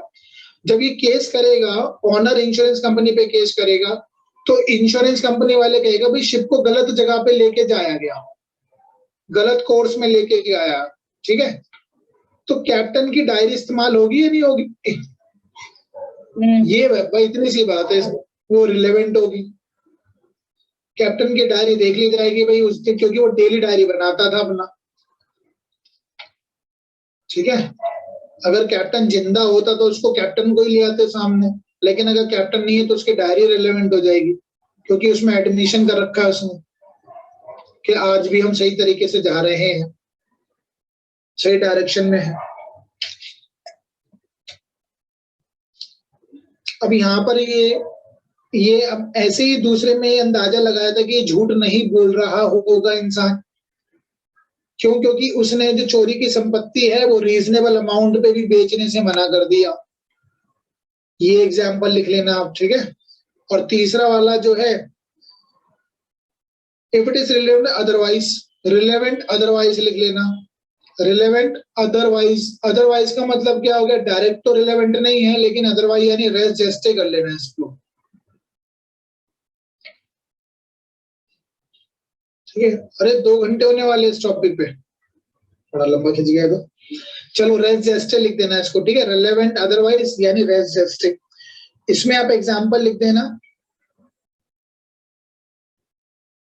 जैसे ही एक्सीडेंट हुआ, इंजर्ड ने ये सारी बात अपनी बताई, यानी इंजर्ड पर्सन जो है ये बताता है कि उसको इंजरी कैसे पहुंची, इंजरी कैसे पहुंची। ठीक है, सेल्फ फेवरिंग है ये भी सेल्फ फेवरिंग है, ये भी सेल्फ फेवरिंग है, ये भी सेल्फ फेवरिंग है, तब भी रिलेवेंट है, तब भी इसको एडमिशन माना गया है।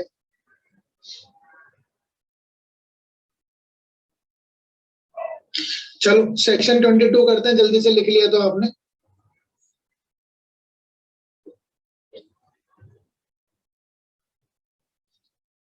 लिख लिया?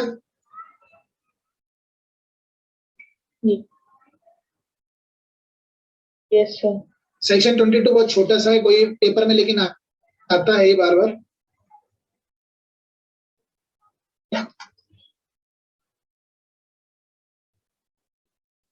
इसमें कहता है when oral admission has to content of,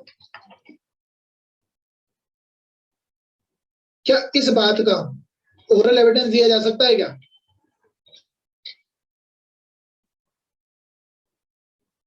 अंदर जो लिखा है कंटेंट को लेकर के ओरल एविडेंस दिया जा सकता है? यस सर, दिया जा सकता है। तो सेक्शन 22 में पहली बात ये लिखी है, when oral admissions as to content of document are relevant. oral admissions generally नहीं दिया जाता। पहली बात बेसिक रूल ये कहता है, बेसिक रूल ये कहता है है कि ओरल एविडेंस कंटेंट के अंदर जो मामला लिखा है इसका नहीं दिया जा सकता, लेकिन 22 में ये कहता है when oral admission as to content of document are relevant.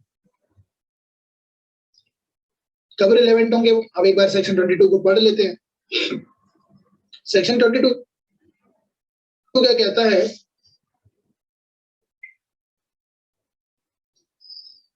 तो oral admissions as to content of are not relevant नहीं होता, यानी oral admission जनरली नहीं दिया जाता था unless until the party proposing to prove them shows that he of the content of such document under the rules hereinafter contained or unless the genuineness of the document what is in question।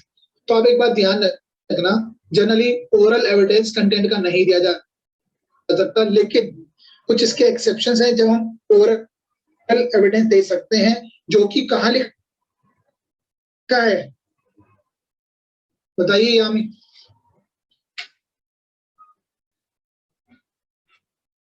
Oral evidence मैंने एक statement बोली है कि generally एक ये basic rule है, ठीक है।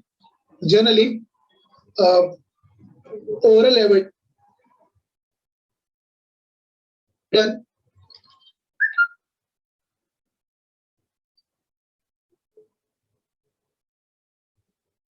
to prove content of document दिया जा सकता है क्या?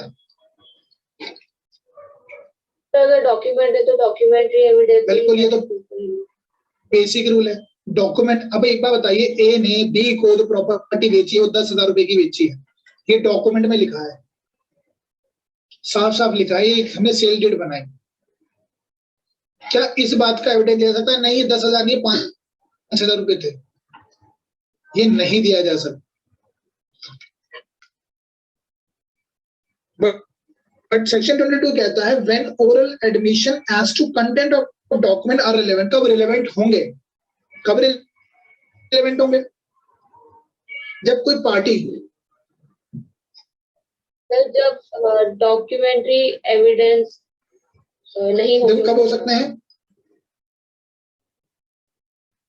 अंडर सेक्शन 65 के अंदर रिलेवेंट हो जाते हैं। जो पार्टी देना चाहती है इंटाइटल टू गिव, जब कोई पार्टी देना चाहती है कि हम इसका ओरल एविडेंस देंगे, when second party entitled to give secondary evidence, जब दूसरी पार्टी एंटाइटल है कि सेकेंडरी एविडेंस दे दे, या फिर ये जो अच्छी बात होता है ये डॉक्यूमेंट है, इस बात का हमें ओरल एविडेंस दे सकते हैं कि डॉक्यूमेंट ही जेन्युइन नहीं है। ये तो मुंह से बोल के बताएंगे हम कि ये जो डॉक्यूमेंट है ये फॉल्स है, इस बात की तो गवाही दी जा सकती है कोर्ट में। ये डॉक्यूमेंट ही गलत है, झूठा है, बोगस डॉक्यूमेंट है, ये सारे डॉक्यूमेंट कोर्ट में पेश कर दिए तो वो सच्चे होते हैं। ऐसा भी तो हो सकता है डॉक्यूमेंट ही फॉल्स हो, तो उस बात का सेकेंडरी एविडेंस दिया जा सकता है कि डॉक्यूमेंट जो है फॉल्स किया गया है।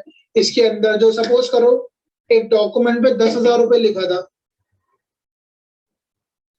एक जीरो हटा दी, इस बात की तो गवाही दी जा सकती है कि जीरो हटाई गई है। यस सर, ये आपने देखो एक विल है, मैंने आपको ये बताया था, एक विल के अंदर उसने लिखा ये प्रॉपर्टी ए बी सी को मैं अपनी इच्छा अनुसार दूंगा मेरे मरने के बाद, उसने बी सी का नाम स्क्रैच करके हटा दिया। अब डॉक्यूमेंट में क्या रह गया? डॉक्यूमेंट में तो ए और बी रह गए। क्या इस बात की अब ओवरऑल एविडेंस दिया जा सकता है कि जो मरा है, एक्स जो मरा है, उसका पर्पस था ए बी सी तीनों को देने का? इस बात को तो दिया जा सकता है, इस बात की तो गवाही दी जा सकती है कि भाई यहाँ से सी का नाम हटाया गया है। क्या अब वो कैसे प्रूव होगा? क्या पता इनकी एक फोटो कॉपी, अब देखो ध्यान से समझना, क्या पता एक फोटो कॉपी हमारे पास हो, क्या पता एक फोटो कॉपी मेरे पास हो जिसमें नाम लिखा है ABC, तीनों को बिल दी जाएगी, बिल के अंदर इन तीनों को, और जब ये ओरिजिनल कोर्ट में लेके आए तो उसने B का नाम स्क्रैच कर दिया। समझ में आ रही बात? Yes, मैं sir. अभी एक बात समझाता हूँ, आप कल परसों मेरे साथ क्या हो, मैं कार देखने गया था, ठीक है। हुआ क्या, मुझसे, अब ध्यान से सुनना, ये वाली बात मेरे एकदम से माइंड में क्लिक करी कि बिल्कुल सही बात है, एविडेंस दिया जा सकता है। मैंने एक कार देखी, वो चली हुई थी, सपोज 35,000 चली हुई थी गाड़ी। उसने मुझसे कहा सर ये 35,000 गाड़ी चली हुई है, और मैंने उसका मीटर देखा, उसमें 35,000 लिखा हुआ था। ध्यान से सुनना ये वाली बात। मैंने कहा चलो नई गाड़ी है, ज्यादा तो 35,000 बहुत ज्यादा तो नहीं होती, 35,000 चली। मैंने देखा उसको, मैं घर पे आता हूँ, मैं किसी और डीलर से मैं बात करता हूँ, वो डीलर मुझे फोटो भेजता है। ध्यान देना जरा, इसी गाड़ी का बाई चांस, इसी गाड़ी का जो मैं देख के आया था, कोई और डीलर मुझे फोटो भेजता है। जब वो फोटो भेजता है, वो कहता है जय सर देख लीजिए गाड़ी चली हुई है, बहुत कम चली। मैंने कहा कितनी चली है, फोटो भेजिए। उस मीटर पे लिखा हुआ था 39,000।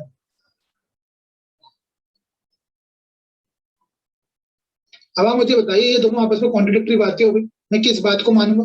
35,000 चली हुई गाड़ी, 39,000 चली हुई है।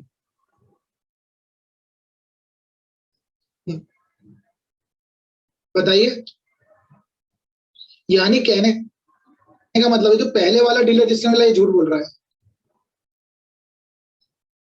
ये बात तो गलत हो गई ना, ये झूठ बोल रहा है, लायर है। क्योंकि कोई इंसान ज्यादा मीटर कोई तो पीछे करेगा, पीछे वाले को ज्यादा तो करके भेजेगा नहीं फोटो। और ये मेरे पास पिक्चर आ गई, डॉक्यूमेंट आ गया, इलेक्ट्रॉनिक रिकॉर्ड आ गया मेरे पास। उस तरह से मीटर में चेंज किया जा सकता है कि बिल्कुल होता है, ये तो टेम्परिंग होते हैं ना मीटर्स। आपकी गाड़ी का करवा देंगे, जीरो करवा देंगे, फ्रॉड है वैसे। ये फ्रॉड है, गाड़ी पीछे करके बेचते ना डीलर। तो मैं आपको बता रहा था, देखो मैं एक ही दिन 2 लोगों से मिला, एक ने मुझे फोटो भेजी 35,000 की, और उसी के बाद मैं किसी और से मिला तो उसमें 39,000, यानी ये मीटर बैक हुआ है। जो 35,000 जिसने दिखाया वो झूठ बोल रहा है। बात समझ आई? अब मैं क्या इसका ओरल एविडेंस दे सकता हूँ कि भाई मैंने तो तेरा भाई मीटर, वैसे तो ये डॉक्यूमेंट्री हो ही गया पूरा, लेकिन मैं इस बात को भी तो कह सकता हूँ, सब उसको उसने 35,000 के डॉक्यूमेंट बनवाए, मैं कह सकता हूँ बेटे देखो ये एक डॉक्यूमेंट इसमें 39,000 है। तो ऐसे ही अगर इसने फॉर्ज कर लिया, सी का नाम हटा दिया, क्या पता मेरे पास कोई फोटो कॉपी पड़ी हो, मैं बाद में कोर्ट को दिखा, तो देखो सर फोटो कॉपी ओरिजिनल से जब मैंने कॉपी करी। अच्छा, फोटो कॉपी जो कैसा डॉक्यूमेंट है, ओरिजिनल है सेकेंडरी है? सेकेंडरी है ना। हम अपने पेरेंट में देख लेना, सेकेंडरी लिखा है नहीं लिखा है? फोटोकॉपी तो ओरिजिनल सेकेंडरी, तो सेकेंडरी लिखा है। मैं कह रहा हूँ एविडेंस दिया जा सकता है ना सेकेंडरी का, कि पहला वाला ही फॉर्ज है, ओरिजिनली फॉर्ज है। अच्छा, ये नहीं दिया जा सकता क्या? अगर ओरिजिनल आपने ओरिजिनल, मैंने आज की डेट पे ओरिजिनल की फोटो कॉपी करा ली, और सामने वाली पार्टी कोर्ट में ओरिजिनल को फॉर्ज करके पेश कर रही है, तो मैं सेकेंडरी एविडेंस दे सकता हूँ ना कोर्ट में, देखिए ये लॉर्डशिप, ये तो सेकेंडरी जो ओरिजिनल है उसी में फॉर्ज कर रखा है उन्होंने, सी का नाम हटा दिया, स्क्रैच करके हटा दिया। समझ आगे बात? ये चलो आगे चलते हैं। ऐसे ही इसमें लिखा 22A में भी, 22 में भी बिल्कुल सेम भाषा है। तो oral admission as to content of electronic record भी दिए जा सकते हैं, relevant oral admission as to content of electronic records are not relevant unless the genuineness of the electronic record produced in a question. oral evidence दिया नहीं जा सकता generally, लेकिन पता चला ये टेम्पर्ड है, फैब्रिकेटेड है, तो जेन्युइननेस के लिए तो दिया जा सकता है ओरल एविडेंस। अब ये 23 बड़ा इंपॉर्टेंट है और आसान सा भी है, 1 मिनट में हो जाता है। दिल्ली जुडिशियल सर्विसेज का क्वेश्चन नंबर 2019 में आया था, एक क्वेश्चन लिखा था कम्युनिकेशन विदाउट प्रेजुडिस। आधे बच्चों को तो यही नहीं पता लगा है क्वेश्चन था क्या। क्वेश्चन ऐसे आया था कि which section read the without prejudice, section 23। इसको ऐसे लिखा था ये क्वेश्चन है ना, कम्युनिकेशन मेड विदाउट प्रिजुडाइस, क्या मतलब हुआ इसका? क्या हमने देखा था क्वेश्चन ये? मतलब यस सर। क्या मतलब है इसका?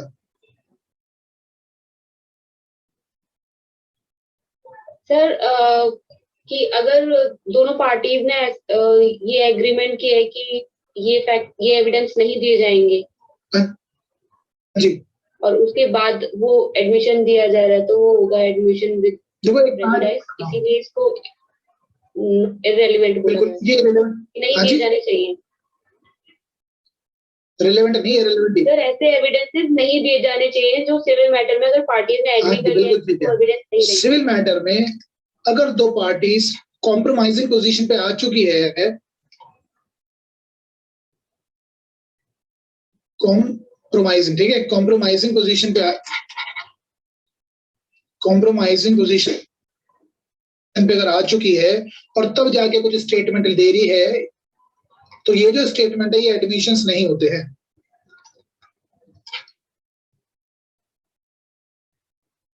ये एडमिशंस नहीं होते हैं, ठीक है, तो ये रिलेवेंट भी नहीं होगा और ये सिविल मामलों में ही होता है। बात समझ में आई शॉर्ट में? ये सर ये तो अभी पर सर 22A का क्या है सर? वो इतनी सी बात है, ऊपर वाले में डॉक्यूमेंट्स की बात करता है, नीचे वाले में इलेक्ट्रॉनिक रिकॉर्ड्स की बात करता है। ठीक है सर। 23 में क्या लिखा है? 23 में लिखा है कि अगर suppose communication made without prejudice, देखो कई बार क्या होता है, हमने दावा तो डाला आज, ए ने बी पे मुकदमा डाला, ध्यान से सुन, ए ने बी पे मुकदमा डाला कि भाई 10,000 रुपए देने, अब बेचारे 10 साल तक कोर्ट जाएंगे, तब जाके एक को न्याय मिलेगा, 10,000 रुपए की डिग्री पास होगी, 10 साल बाद डिसीजन आएगा ना। सिविल मामले में 15 साल भी हो सकते हैं, 20 साल भी। ए और बी क्या करते हैं आपस में, कहते हैं भाई काम करो, कॉम्प्रोमाइज कर लेते हैं, ये देके हम 7,000 में सेटल कर लेते हैं मैटर। ये मैटर सेटल हो गया, उन्होंने मेमोरेंडम ऑफ अंडरस्टैंडिंग या सेटलमेंट लिख लिया, तो ए ने कहा होगा चलो ठीक है, बी ने भी जो बात कही होगी, इन्होंने कॉम्प्रोमाइजिंग वे में कही होगी ना बात, जो इन्होंने यहाँ कह दिया है, क्या ये एडमिशन मान लिया जाएगा कि बी ने अपना गिल्ट मान लिया? ये रिलेवेंट नहीं होगा, इट्स नॉट रिलेवेंट, क्योंकि दोनों पार्टी कॉम्प्रोमाइजिंग पोजीशन में है। एक बात और मैं बता देता हूँ, अभी शॉर्ट में समझ लेना, वैसे क्रिमिनल पे अप्लाई नहीं होता, लेकिन क्रिमिनल के पॉइंट ऑफ व्यू से मैं बता रहा हूँ, अभी जैसे मैंने ऑफ किया था, तो एक मैंने हाई कोर्ट में 482 में क्वेश्चनिंग कराई थी, ठीक है, एक हाई कोर्ट में, दिल्ली हाई कोर्ट में जस्टिस मनोज कुमार ओरी जी हैं, उनके अगेंस्ट, उनके कोर्ट में हमने एक क्वेश्चनिंग कराई थी। उस क्वेश्चनिंग में क्या हुआ था कि 354 का मामला था, 354 का, उस मामले को खत्म करवाया, कॉम्प्रोमाइज करा दिया। होता है वैसे, पहले बताइए, कॉम्प्रोमाइज 354 का मामला कॉम्प्रोमाइज हो सकता है? किताबों में काउंटेबल है, पढ़ाते वक्त मैंने पहले बताया था कि जरूरी नहीं हर मामले में कॉम्प्रोमाइज हो जाए। अभी एक जस्टिस गावा सुना है, दिल्ली हाई कोर्ट के थे, आर के गावा जी, इन्होंने क्या करा, एक दोनों पार्टी जो थी एक्यूज्ड थी और विक्टिम थी, यानी विक्टिम लड़की हो गई, 354 के मामले में एक्यूज ने विक्टिम को अपॉलॉजी भी लिख दी। अपॉलॉजी लिखने के बाद भी गाबा जी ने, वैसे रिटायर्ड हो गए अभी, इन्होंने मना कर दिया कि कोई कॉम्प्रोमाइज नहीं होगा, रिजेक्ट कर दी पिटीशन। उन्होंने कहा ये तो पूरा सिस्टम ही खराब हो जाएगा, पहले क्राइम कर दो, अपॉलॉजी देके छूट जाओ। अब एक बात बताइए, अगर सपोज मैं आपको ये बताना चाह रहा हूं, अब विक्टिम यहाँ पे जो एक्यूज है, एक्यूज ने अपॉलॉजी अगर दे दी है, क्या इस अपॉलॉजी लिखने से क्या 354 सिद्ध हो गया उसके अगेंस्ट? Is it proved? क्या प्रूव्ड मान लिया जाए? Yes sir. और अगर वो अपोलोजाइज कर रहा है तो हाँ, वो एक्सेप्ट भी कर रहा है कि तो इसको हम कुछ हुआ है, तो मान ले, उसके खिलाफ कन्फेशन मान ले। यस सर, गलत हो सकता है। यही तो गलत है। तो मान अरे हम कौन से सिचुएशन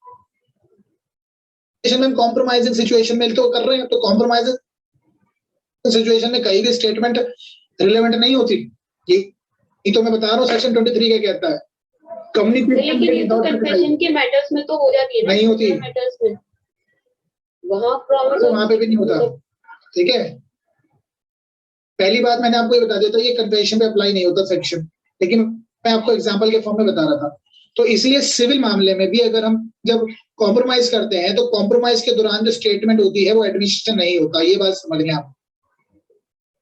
सर ये एग्जांपल वाला एक बार फिर से बता दो, ये ए एंड बी वाला 10 ये 10,000। देखो ए और बी ने, ए ने मुकदमा करा बी पे कि मेरे को जैसे 10,000 रुपए लेने हैं। अब 10,000 रुपए कोर्ट में जब डाले तो 10 साल लगेंगे, 20 साल लगेंगे, लग सकता है ना टाइम। यस लेकिन ये दोनों कहते हैं चल यार एक काम सेटल कर लेते हैं, एक्चुअल में मान लेता हूँ तूने मेरे को पैसे दिए, बी मान लेता है कि ठीक तेरे को 7,000 रुपए में दे के अपना सारा केस खत्म करते हैं।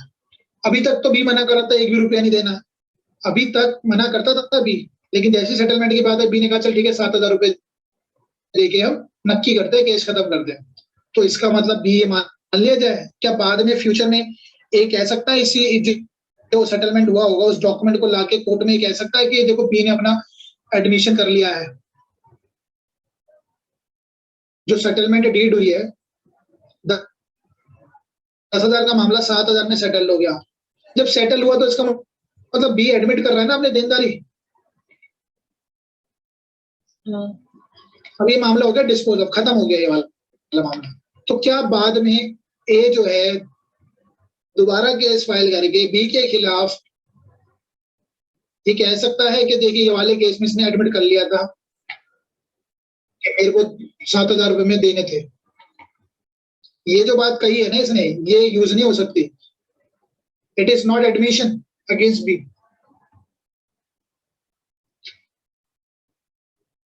ठीक है, तो आप इसमें लिख लीजिए communication without prejudice in civil cases, no admission is relevant if it is made either upon express condition. मैं लिखवाता हूँ शॉर्ट में।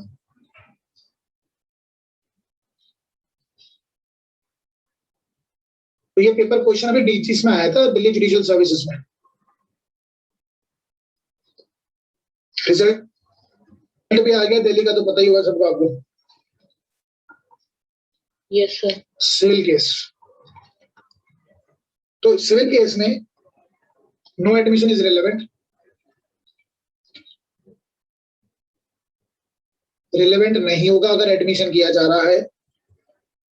If it is made, if it is made either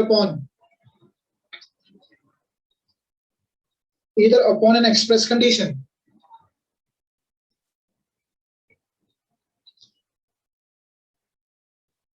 इस कंडीशन के चलते उन्होंने एडमिशन किया है, that evidence of it,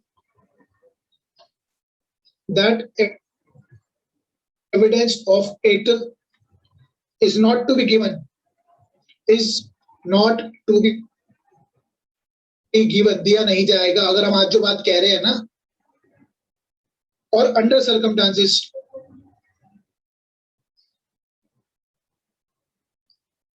from which the court can interfere, from which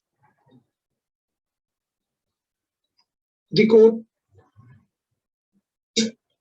can infer मतलब अनुमान लगाना, that the parties agree together,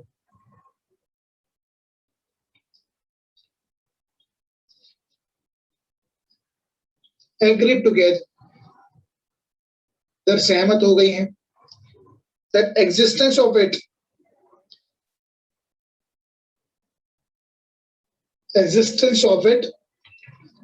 should not be given.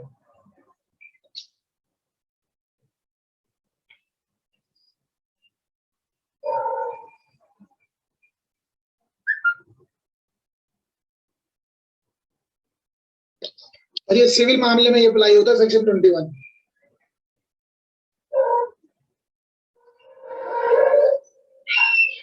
और ये जो सेक्शन इसलिए बनाया गया है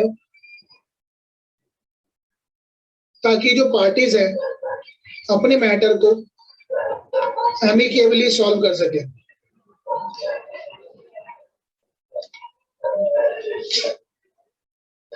एमिकेबली सॉल्व कर सके।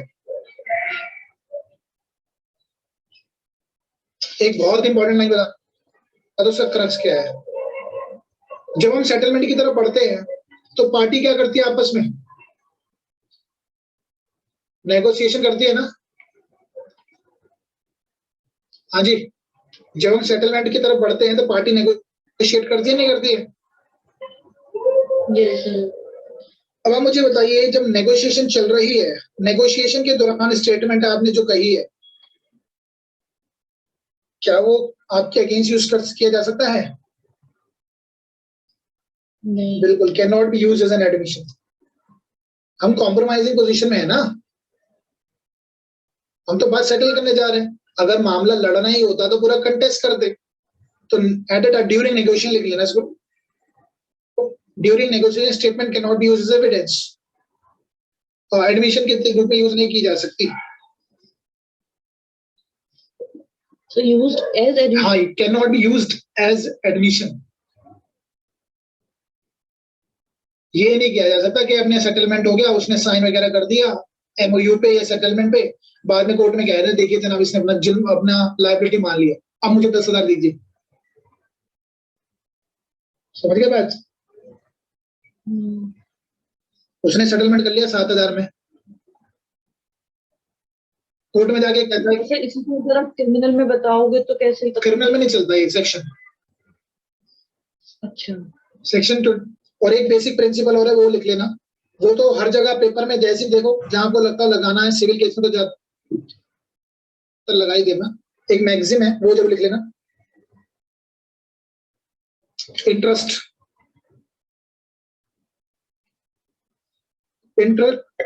Rate public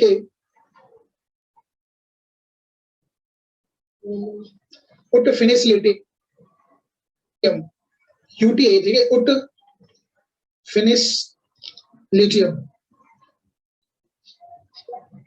It is in the interest of the public to put an end to it. मुकदमेबाजी का मुकदमे, हाँ जी, मतलब पब्लिक के बाद में क्या लिखा है पब्लिक के बारे में?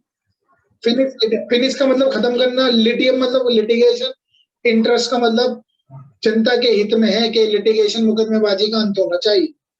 There should be end of litigation, there should be end of litigation. ये तो आप बेसिक रूल है, इसको याद ही कर लो। और अपने आंसर में ना, अगर आपको सीपीसी के अंदर कुछ आंसर लिखना है तो उसमें कुछ लैटिन मैक्सिम लिखना है। जैसे अगर रेस जुडिकाटा आ जाता है ना, तो रेस जुडिकाटा में भी लिख देना इसको। अच्छा, तो सर पूरा क्या लिखे? There should be end of litigation in interest of public. इतना लिखना काफी है, उसको समझा जाएगा। वैसे तो in the interest of public it is there must be end of litigation to avoid the multiplicity of the suit. Res judicata के है ना 3 प्रिंसिपल पे आधारित है, तो 3 प्रिंसिपल सीपीसी करेंगे तब बता दूं मैं आपको। लेकिन ये एक बेसिक प्रिंसिपल है, there must be end of litigation, मुकदमेबाजी का अंत होना चाहिए, पेंडिंग नहीं होने चाहिए लंबे समय तक। इसलिए कोर्ट ने कहा है भाई नेगोशिएशन किया जा सकता है, सेटलमेंट किया जा सकता है अंडर सेक्शन 23 एविडेंस में। और सेटलमेंट में कहीं भी बातें, सेटलमेंट के दौरान कहीं भी बातें एडमिशन में नहीं आती है, यही तो बात है।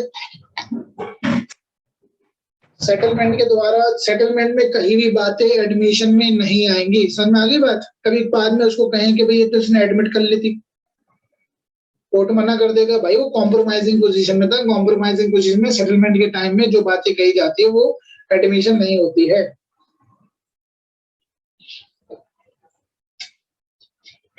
ठीक है, चलो फिर मिलते हैं कल कन्फेशन को खत्म करते हैं और पढ़ के आना कन्फेशन।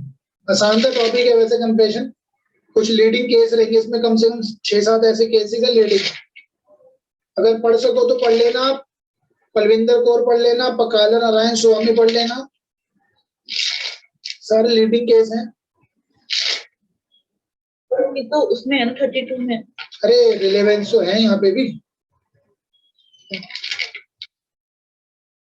एम्परर जगिया का केस पढ़ लेना, state of NCT of Delhi Navjot Sandhu का केस पढ़ लेना, एक कोटाया P कोटाया पुल्लापुरी कोटाया versus emperor.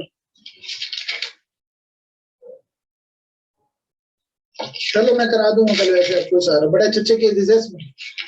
Retracted confession क्या होता है? अगर कोई अपना कन्फेस करने के बाद बदल ले अपना बयान तो क्या होगा? चलो see you tomorrow at 8 o'clock, sorry 5:30, अब 8 बज गए, क्लास वाइंड अप करते हैं।